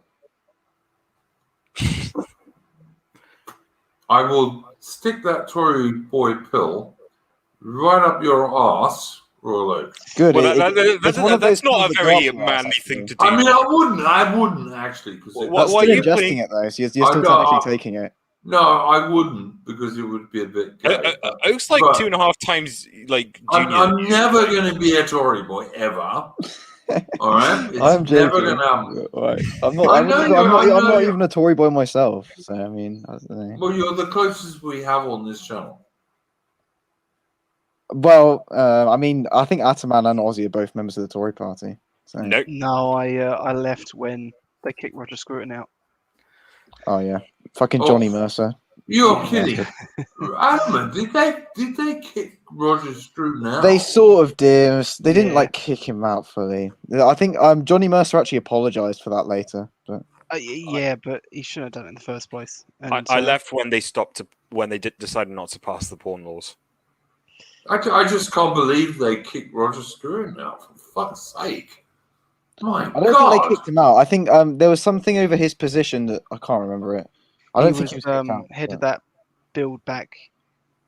He was the head build of like the futures. building commission. They Yeah, put him in yeah. charge of something. Yep. But, Right, guys. Yeah, and then they I sacked genuinely him. need to hop off here. yeah, So, yeah. Yeah, it's very late. Yeah, all right, guys, no All worries. us, But all us. how can you possibly kick Roger Scruton off the Conservative Party? I'll have to look into that. I'm not sure if I don't think they kicked him out fully. But No, but they did. They did kick him out of that building thing. I know they did. So I remember him talking about it with Douglas Murray, for God's sake. But fucking hell. Honestly, Rollo, you know what, mate? I like you, but you need to move on from Tory boy. I'm not a Tory boy though. Limbu's got bloody pictures of Michael Gove on his Instagram. Okay, don't have a go at me.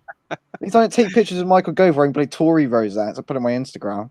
I bet he does. I bet he does. But He anyway. does. I could show you the pictures. Anyway, Yeah, but he's a at the good. end of the stream. Yeah, Oh, but he's young. It's allowed. but Yeah, he's Asian. It's allowed. Yeah, no, Limbu's a Gurkha. Oh, he's Gurkha. Yeah, he's a Gurkha. Get away with murder if you're a Gurkha, apparently. The pictures of Michael Gove wearing bloody Tory rosettes. And he goes to private school as well. Yeah, I went to a comprehensive. I'm not a Tory boy. I'm sure he has, but like at the end of the day, Limbu's going to be out there with cookery, and you ain't. So I think you got to look at things more. Limbu's more liberal than me, definitely. No, he's not. Yes, he literally is though. No, Like, he he wears a isn't. bloody mask in his car. Like, come on now. He wears a mask in his car. I just don't believe you, man. Well, you cannot believe me if you want. It's true. No, Limbu is a supporter of the Queen's truncheon, and So am I. Next episode, you you'll have to don't- you- call it you Splendid don't need- Isolation 33, the Limbo Inquisition, and we'll have to yeah, question him on these points. I don't think we're ever going to do this, but it's fun to take the piss out of Royal Education. So, all right, guys, thanks for coming on. And I think that's our stream for this week. But before we finish, I do have another tune to play us, which is actually a good one, and it's from Patriotic Archive, which is a very good channel that I would suggest all of you go and subscribe to.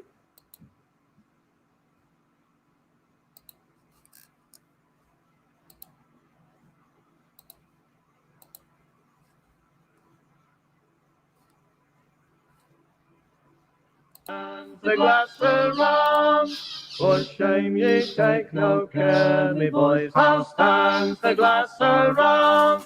Let mirth and wine abound. The trumpets sound, the colours they are flying, boys, to fight, kill or wound. May we still be found, content with our heart fair, me boys, on the cold, cold ground. Why, soldiers, why should we be melancholy, boys? Why, soldiers, why, whose business is to die? What sighing, sigh, damn fear, drink on me, jolly boys, 'tis he, you or I, cold, hot, wet or dry. We're always bound to follow, boys, and scorn to lie. Oh, 'tis but in vain, I mean not to upbraid you, boys. Oh, 'tis but in vain for soldiers to complain. Should next campaign send us to him who made us, boys, we're free from pain. But should we remain a bottle and time landlady cures all again.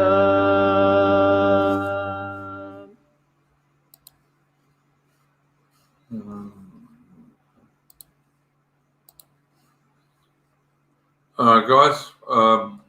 that was Stands the Glass Around, which is a traditional British Army song. Now, I thought it was a pretty good stream this evening. Please don't forget to like and subscribe. And my next stream is probably going to be next week with a bloke who is an American academic who is based in Central Asian Russia. So anyway, we'll see how that goes. Thanks for coming on, Lady of Shalott. Nice to see you. And go well. And thank you to all our guests this evening who were interesting. So go well, guys.